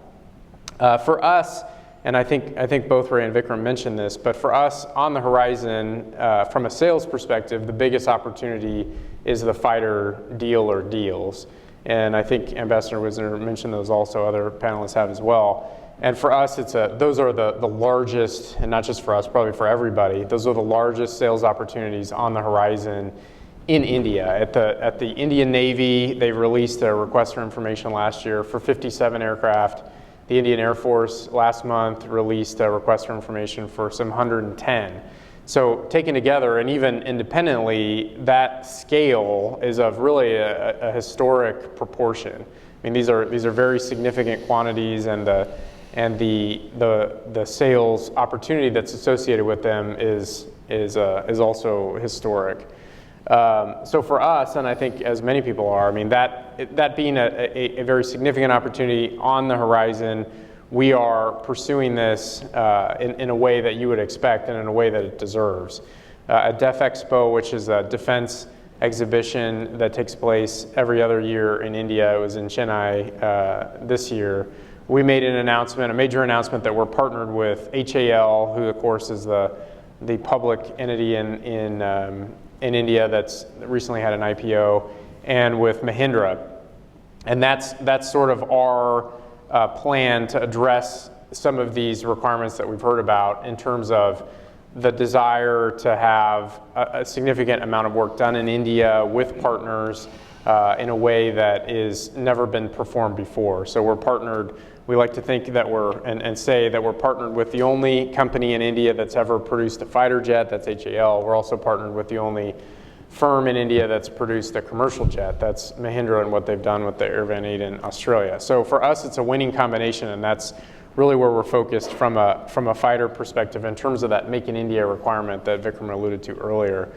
I think in terms of the bigger picture, in terms of the bilateral relationship and from a geopolitical standpoint, this also has the opportunity to be truly transformative. Obviously, for us as a company, it's a humongous deal. It's also a big deal for us as a country. And I think using that as an example of something that could really take this relationship to the next level is something that's important to think about. And the reason why I say that has a lot to do with some of the concerns that I think Vikram and Ray already mentioned, that there is some level of concern that are we going to be as competitive as a country as we can be. There have been discussions about the US tech release regime as opposed to, as in relation to what competitors offer. And by competitors, I mean nation states and the fighter OEMs that are associated with those. So that's definitely something that needs to be considered as a country we think about these opportunities in India and how do we make America and the US the most competitive that it can be. And I think Nelson Cunningham, who was here earlier, asked a question about a frame, and I think he was directing the question more on the economic front. And Vikram, you mentioned the importance of priority. That, I think, is also really important, and from an industry perspective, would be something that we'd like to see kind of recommended or at least discussed in more detail is what is the frame, what is the priority for the defense relationship? I think, Vikram, you mentioned several possibilities. They would fit into what, and this is a thought that many people have talked about in town here and even in this room, but a frame of a maritime security relationship. And not to say that other items or equities wouldn't be pursued, but really putting the focus, really putting the priority around maritime. I think Vikram mentioned 6 areas. I think 3 of those were maritime related, or 4. Yeah. The maritime relationship between the two countries has really been, in some ways, leading the way for the broader bilateral. And if you look at, I mean, everyone's talked about Malabar, so the exercises that the countries undertake, that's a significant area in maritime. If you think about the defense equipment, things like the F-18 that I mentioned, the P-8, so for our own equipment that's maritime related, but it's not just Boeing equipment. Discussions about the Sea Guardian is maritime. There's a ton of maritime related opportunity from an equipment standpoint, and you mentioned the carriers as well. That's also a maritime, obviously, related opportunity. And even beyond that, thinking about the DTTI and thinking about even of the working groups as part of DTTI, I think 3 of the 6 are maritime related. So there's a number of maritime kind of pockets of activity that are already underway, and indeed, those seem to be the areas where we've made the most progress. Mm-hmm. So in thinking through a priority and a frame for how we take the relationship, really focusing on those areas in the context of a maritime priority, that seems to be a great opportunity to really advance the broader relationship and those areas in specific. So for us, as industry, that's, as we think about the future relationship, we don't need to ask ourselves, are we committed to India? We already know that. We already know we're investing. We already know that it's a wonderful place to do business. It's not without its challenges like any market. But really for us, the question is, okay, so what's the priority? Where should we be focusing? And to the extent that the government and the US more broadly can help point to an area more specifically, I think that brings benefit not only to us as a company, but certainly to the industry more broadly. These were incredibly thoughtful comments from all of you, and I'll just try to pull a few strings before turning it over to the audience. I'll begin where this ended in Tom's comments and maybe start with Vikram. The maritime focus, which I think is right in terms of it being a clear inference, if not actually stated as a priority. There are a number of reasons why India would want to focus on the maritime. One of those is China. Could one come to a view that the US and India can have a sustained strategic agreement intellectually on how to think about China in order to sustain that defense relationship as it relates to the maritime? And again, I'll start with Vikram and then maybe come to Ray and see if you think that's a steady. So this is China would easily fit into this rubric of things where we agree on the overall. We'd both want to see a China that is successful, stable, peaceful, a constructive member of a rules-based international order. You could probably swap talking points on where the two countries want China to be. So yes, and on a positive side, under Modi, you had a lot of proactive engagement and discussion on things like the South China Sea that previously, when I was starting DTTI work, which was sort of invented with Secretary Panetta, and then we tried to start implementing. But our counterpart was Minister Antony. That's a different planet, right? That's a completely different reality. So we were certainly not. The whole thing was welcomed, but not with much excitement. Or action. Or action. So this was we really shifted already on that. There is a sense, and if you look at where India has prioritized going for U.S. equipment and ended up settling on U.S. suppliers, a lot of it has been maritime domain awareness, maritime security. The Mumbai attacks were a very critical point in that, and the nature of the United States cooperation immediately following Mumbai in terms of intelligence sharing, counterterrorism information, law enforcement cooperation with the FBI. That actually set a lot of, it shifted the tone quite a lot, and it, sort of gave India was sort of hypersensitized. They realized that they have to face everything from terrorists in rigid inflatables to Chinese submarines popping up, which they've done, right? And so for India, I think it was like, now you're a decade past there, but you're a decade of we are falling behind vis-a-vis peer competitors, and we have threats from the sea, trafficking, narcotics, arms, terrorism, et cetera, that we need to address, and there's real potential for that to be an area. It was something task force report of ours also talked about that. So I think it's an important frame. I think it is possible. The challenge becomes the perennial challenge of not wanting to unnecessarily antagonize or aggravate by cooperating with the United States in this space, not to unnecessarily irritate relations with China, which you've just seen. The Modi team has been trying to get to a sort of even keel. So I mean, I think it's hard to know. Quad cooperation is one good way. If they keep being committed to that, that's one good way. That offers a lot of opportunities on the side to talk about and develop a common approach to overall maritime security issues from, basically from Africa all the way across the Pacific. Ray, your thoughts on how I think sustainable that there is? very much is a need for a strategic framework between the U.S. and India in regard to the Indian Ocean.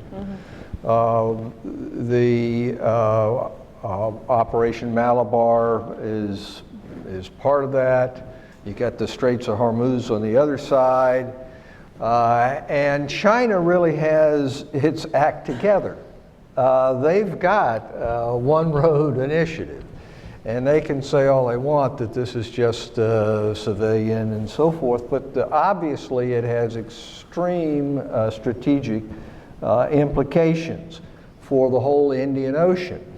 And the China strategy is an integrated one. It has to do with both naval assets, it has to do with ports, and it has to do with the infrastructure which is supporting those ports. I've written a little piece that the Maritime Transparency Program here, I think, is going to publish shortly. But it really is pointed toward exactly what Vikram is talking about, and that I know Tom subscribes to. And that is, you cannot just look at these things as sort of one-off sets of exercises here and, oh, you guys are going to do something over in Chabahar, but we don't know exactly what that's going to mean. And who knows where Australia really is anyhow in terms of how it works. So the need for the framework is manifest, and you can't really consider yourselves major defense partners if you don't have that. What does it mean to be a major defense partner if you don't even have an integrated strategy for your own backyard maritime problems, and the one which is absolutely key to U.S. interest in terms of shipping, what happens between what we call the Middle East, they call Western Asia, if you don't have that?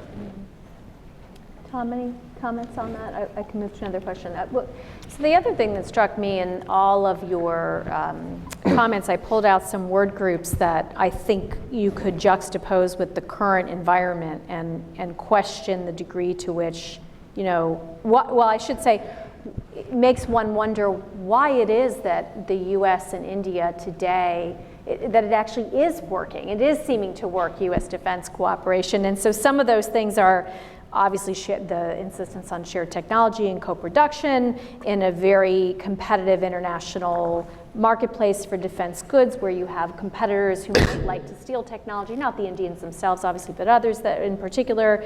You have an emphasis in US-India security relations on trilateral and quadrilateral approaches, and an administration that strongly prefers, let's just say, bilateral approaches. You have a country, and I'm sure you talked about this in the last panel, with whom the US has a goods trade deficit. How is it that there's an escape velocity for the US-India defense relationship in the midst of all these factors? And maybe Tom, we'll start with you. Well, it's a good question. I mean, for us, the success, part of the success is the capabilities themselves, and and those being available, things like P-8, unique capability in the world, C-17, the helicopters. I mean, the U.S. This may sound a little self-congratulatory, but we make the best equipment. So I think that's been part of the reason for the success, regardless of a broader framework or some of what's happening, at the bilateral level. Just the equipment itself is excellent, so it can compete on its own terms and on this basis. So I think that's been a big piece of it. I think the other thing that U.S. companies bring, I know it's true for Boeing, is a commitment to support the equipment once it's in inventory. So, and that's a thing that is often, I think, overlooked globally is, you acquire the equipment and then we'll figure out how to support it later. And I'm saying that in a little bit of a cavalier way, but it's not that far off. Right. And that's the thing that Boeing, and Boeing's not the only company, that's more of a U.S. mentality, is that's figured out before the sale ever occurs. So I think there are some kind of inherent competitive advantages that U.S. defense equipment and defense OEMs bring that has been part of the reason for the success. Ray, your thoughts? Well, I think that there are several factors. One is that on the Indian side, there has been a growing understanding and adherence to transparency in regard to defense procurement, which really didn't exist for the longest period of time. And Tom has said, well, it really started in 2009. And about that time, there was some congruence. It's still not there by any means. But that is a major factor in being able to do business with India.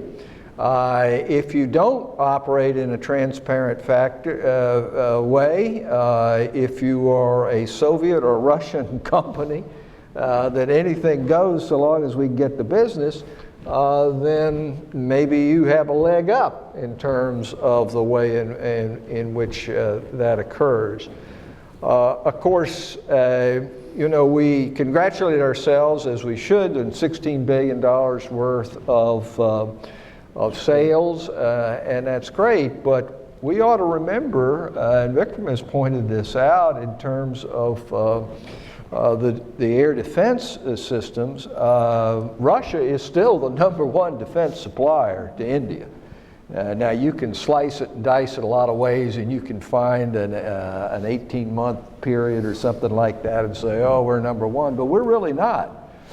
And so what happened, it seems to me, is that the Soviet Union collapsed. Russia really didn't have its act together, but now Russia is moving that way, and so the advantage we had, which I think in 2009 is a big factor, not only that we have the best equipment, but that there really was no other game in town on a lot of these things. That's not the case anymore, and if you start throwing in sanctions, then you've really got something that you need a framework for in order to keep it from spiraling out of control. I would only add that since we were at 0, and the Indians have basically, I think it's been held through Congress and the current BJP government, a pretty fundamental belief that diversification is a good thing. So they want to get some stuff from everybody and hopefully get the best they can get for the money they want to spend from everybody. So they're perfectly happy to get French Rafales. They're perfectly happy to get F/A-18s. They're going to perfectly, and they want that to be. They don't want a sort of single path dependency. So diversifying away from Russia has been a priority, and that's given the United States an opportunity to claim some market share from India. And India has got this thing going for it, which is that it does have some scale, right? So it's an attractive enough target. A lot of smaller markets, U.S. companies aren't that keen to invest, to go for, because it's not enough in terms of quantity, or it's not what we make because they're kind of looking for second tier systems. They're not going to buy the Cadillac, and we're making a lot of Cadillacs. So I think in India they are willing to buy some Cadillacs, and so that's good for the U.S. And then they wanted to diversify away, and so that's been beneficial. I would say there's still, if you looked anywhere around the world, among countries that we would be willing and able to have commercial defense ties with, India is probably the biggest place where we have an opportunity to take more market share from Russia. But we'll still face stiff competition from Israel and France and Sweden and all sorts of other potential suppliers who will generally be cheaper and generally be less rigorous in their following of certain rules. All right, we're going to open it up for the audience. I think we have a microphone, I think, that's walking around. Am I right? Yes, great. Okay, so let me come right here first.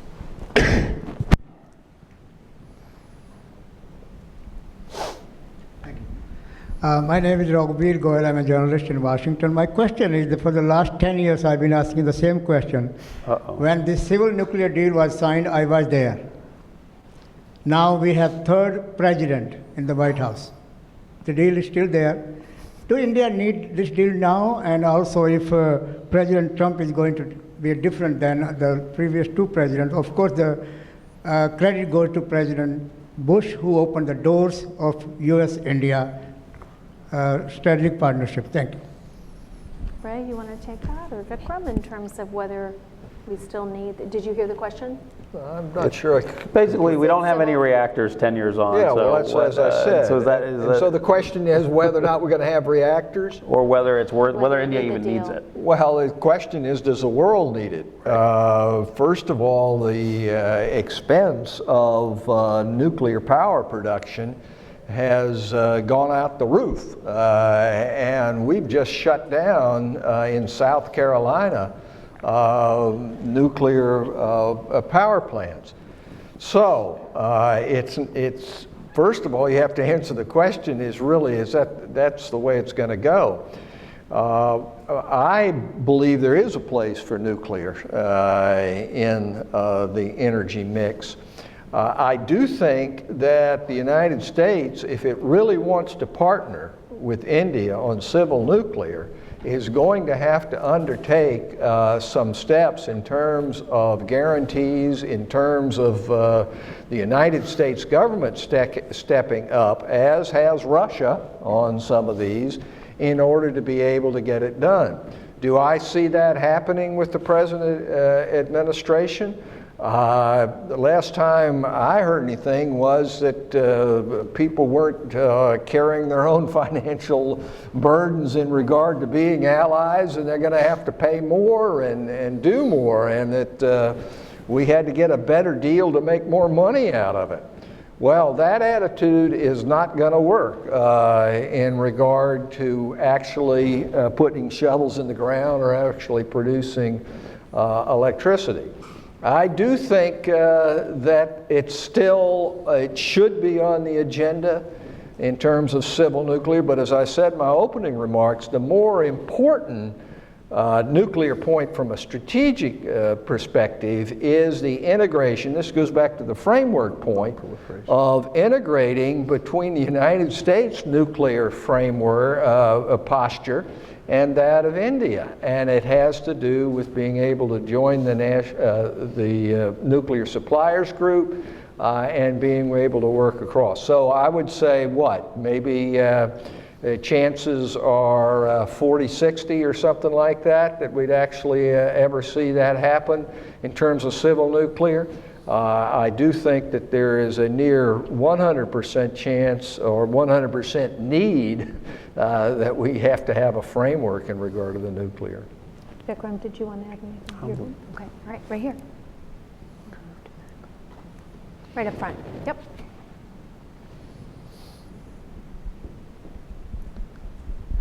Many thanks. I really appreciate the very in-depth overview of the pitfalls of the relationship. And indeed, I really appreciate it. My name, by the way, is Paulo von Schirach, president of the Global Policy Institute here in Washington. I really appreciate what you said, sir, about the need to create some kind of framework, that we cannot just have this ad hoc thing that we sort of kind of wing it day by day. And I really appreciate the industry would like to have that kind of backdrop of understanding of priorities, and therefore be able to plan ahead in a more systematic way, even though, as you say, our products speak for themselves and sell themselves regardless of the framework. So my question is, well, the headline of your CSIS meeting says we're natural allies, or we're getting to be natural allies. So if we are indeed natural allies, and if there is, and here's a big question, if there is a shared perception of what China represents in the region, of course, and in the world, and if that perception is shared, formally or informally, by the United States and India, that becomes a pretty powerful driver.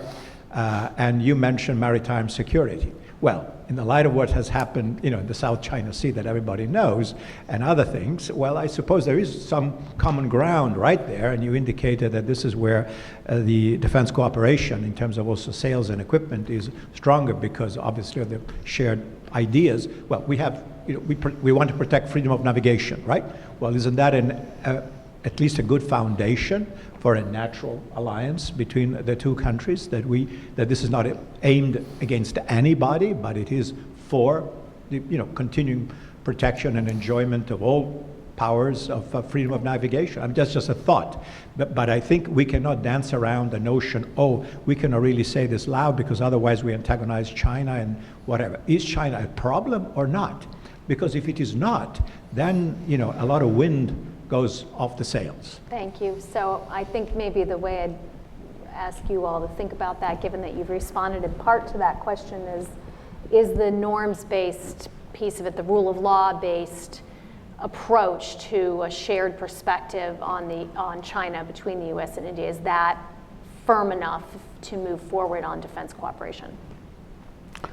I'm going to take a first stab. So, interesting. India and the United States have both have a shared experience of military vessels transiting the South China Sea, get friendly engagement by Chinese friends, and followed and radioed at and all of which are things that we, in theory, agree, at least in that part of the world, we agree should not be happening. That we are that we are not sailing inside Chinese territorial waters.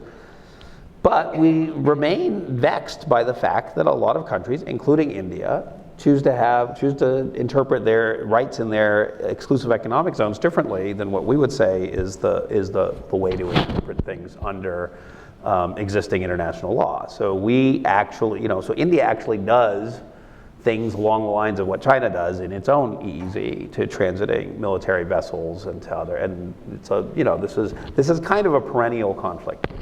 My sense is that over time, countries that extend their maritime power start finding that it benefits them to actually comply with the overall nature of international law, because they want to be able to do things in other people's EEZs. And so it starts becoming an issue that gets harder and harder to sustain. No, it's what's good for us is not good for you kind of approach. And the Chinese would basically say we're not bothering you with freedom of navigation. Everybody's free to do whatever they want. We just, this is Chinese territory where we think it is here, and so we're going to challenge you. And, the world can survive a lot of at-sea challenges, as long as there's some, mechanisms for diffusing potential crises and not having accidents spiral out of control into conflict. I suspect that it's going to keep being like that. I don't see it leading to the U.S. and India, or the U.S., India, Japan, or U.S., India, Japan, Australia doing things that are sort of like real shows of solidarity, like let's go through together, let's do joint patrols, let's do that. I don't think I see that happening. I don't know whether it's necessary, in part because we don't know how far China wants to push this. But the amount of militarization of the islands in the South China Sea does create de facto Chinese military superiority, at least vis-a-vis its neighbors. In the area. Not vis-a-vis the United States, but certainly vis-a-vis all of its neighbors. And the notion that code of conduct and those other things are going to get somewhere is no longer, that is now the triumph of hope over reality.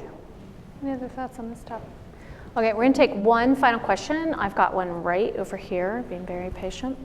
We'll close out there. Uh-oh, who knows what he's talking about? Oh, shoot. Sorry, I was not intending to bring fear to the panel. Donald Camp, I'm a retired FSO, and I was taken by Vikram's comment on how quickly we got out of the sanctions box that we created for ourselves in 1998. And Ray pointed out that it was the Indian American community, the business community. I think it's worth noting, too, that President Clinton was really committed to the U.S.-India relationship and wanted out of that box, and within a year had publicly committed to make a trip to South Asia. When Bush came in, we had Condi Rice, who pushed like anything for that relationship for 8 years. So that leads me to my question, which is the relationship now on autopilot and we don't need a champion in the White House or close to it? And if not, is there anyone in Trump universe who will lead this relationship on and push the bureaucracy to make the changes, to make the improvements necessary to push the relationship forward? Well, I don't want to comment on that latter part, I don't think, but I do want to say that, Don, exactly confirm what you're saying in regard to President Clinton. Sandy Berger wrote me a letter, I've still got it, January the 3rd, 1998, in which he said, in words or substance, Ray, we're planning to go to India this year. We're going to do it. And in fact, in conversations with Sandy, I mean, he indicated that they'd wanted to do this from the very first, in the first term. And then it all went out the window, as we have discussed. But the alacrity with which President Clinton exercised the waiver authority, and when the Strobe Talbot, Jaswant Singh talks amounted to nothing, and India had really acted very responsibly in regard to the Kargil incursion in working with the United States to defuse that situation. When those things happened and then the CTBT went down to defeat, President Clinton basically said, I'm out of here, boys. We're going to try something new and we're going to do it. And the rest is history from that. And so I do think that you have to have somebody who has that kind of commitment, and George W. Bush obviously had it. I was over there with Ron Summers when the negotiations were going on about what the agreement would be, and everything was at a complete loggerhead until George W. Bush said in words or substance again, I don't care what you do, this is going to happen, and you guys go out there and get it done. And so that is absolutely essential.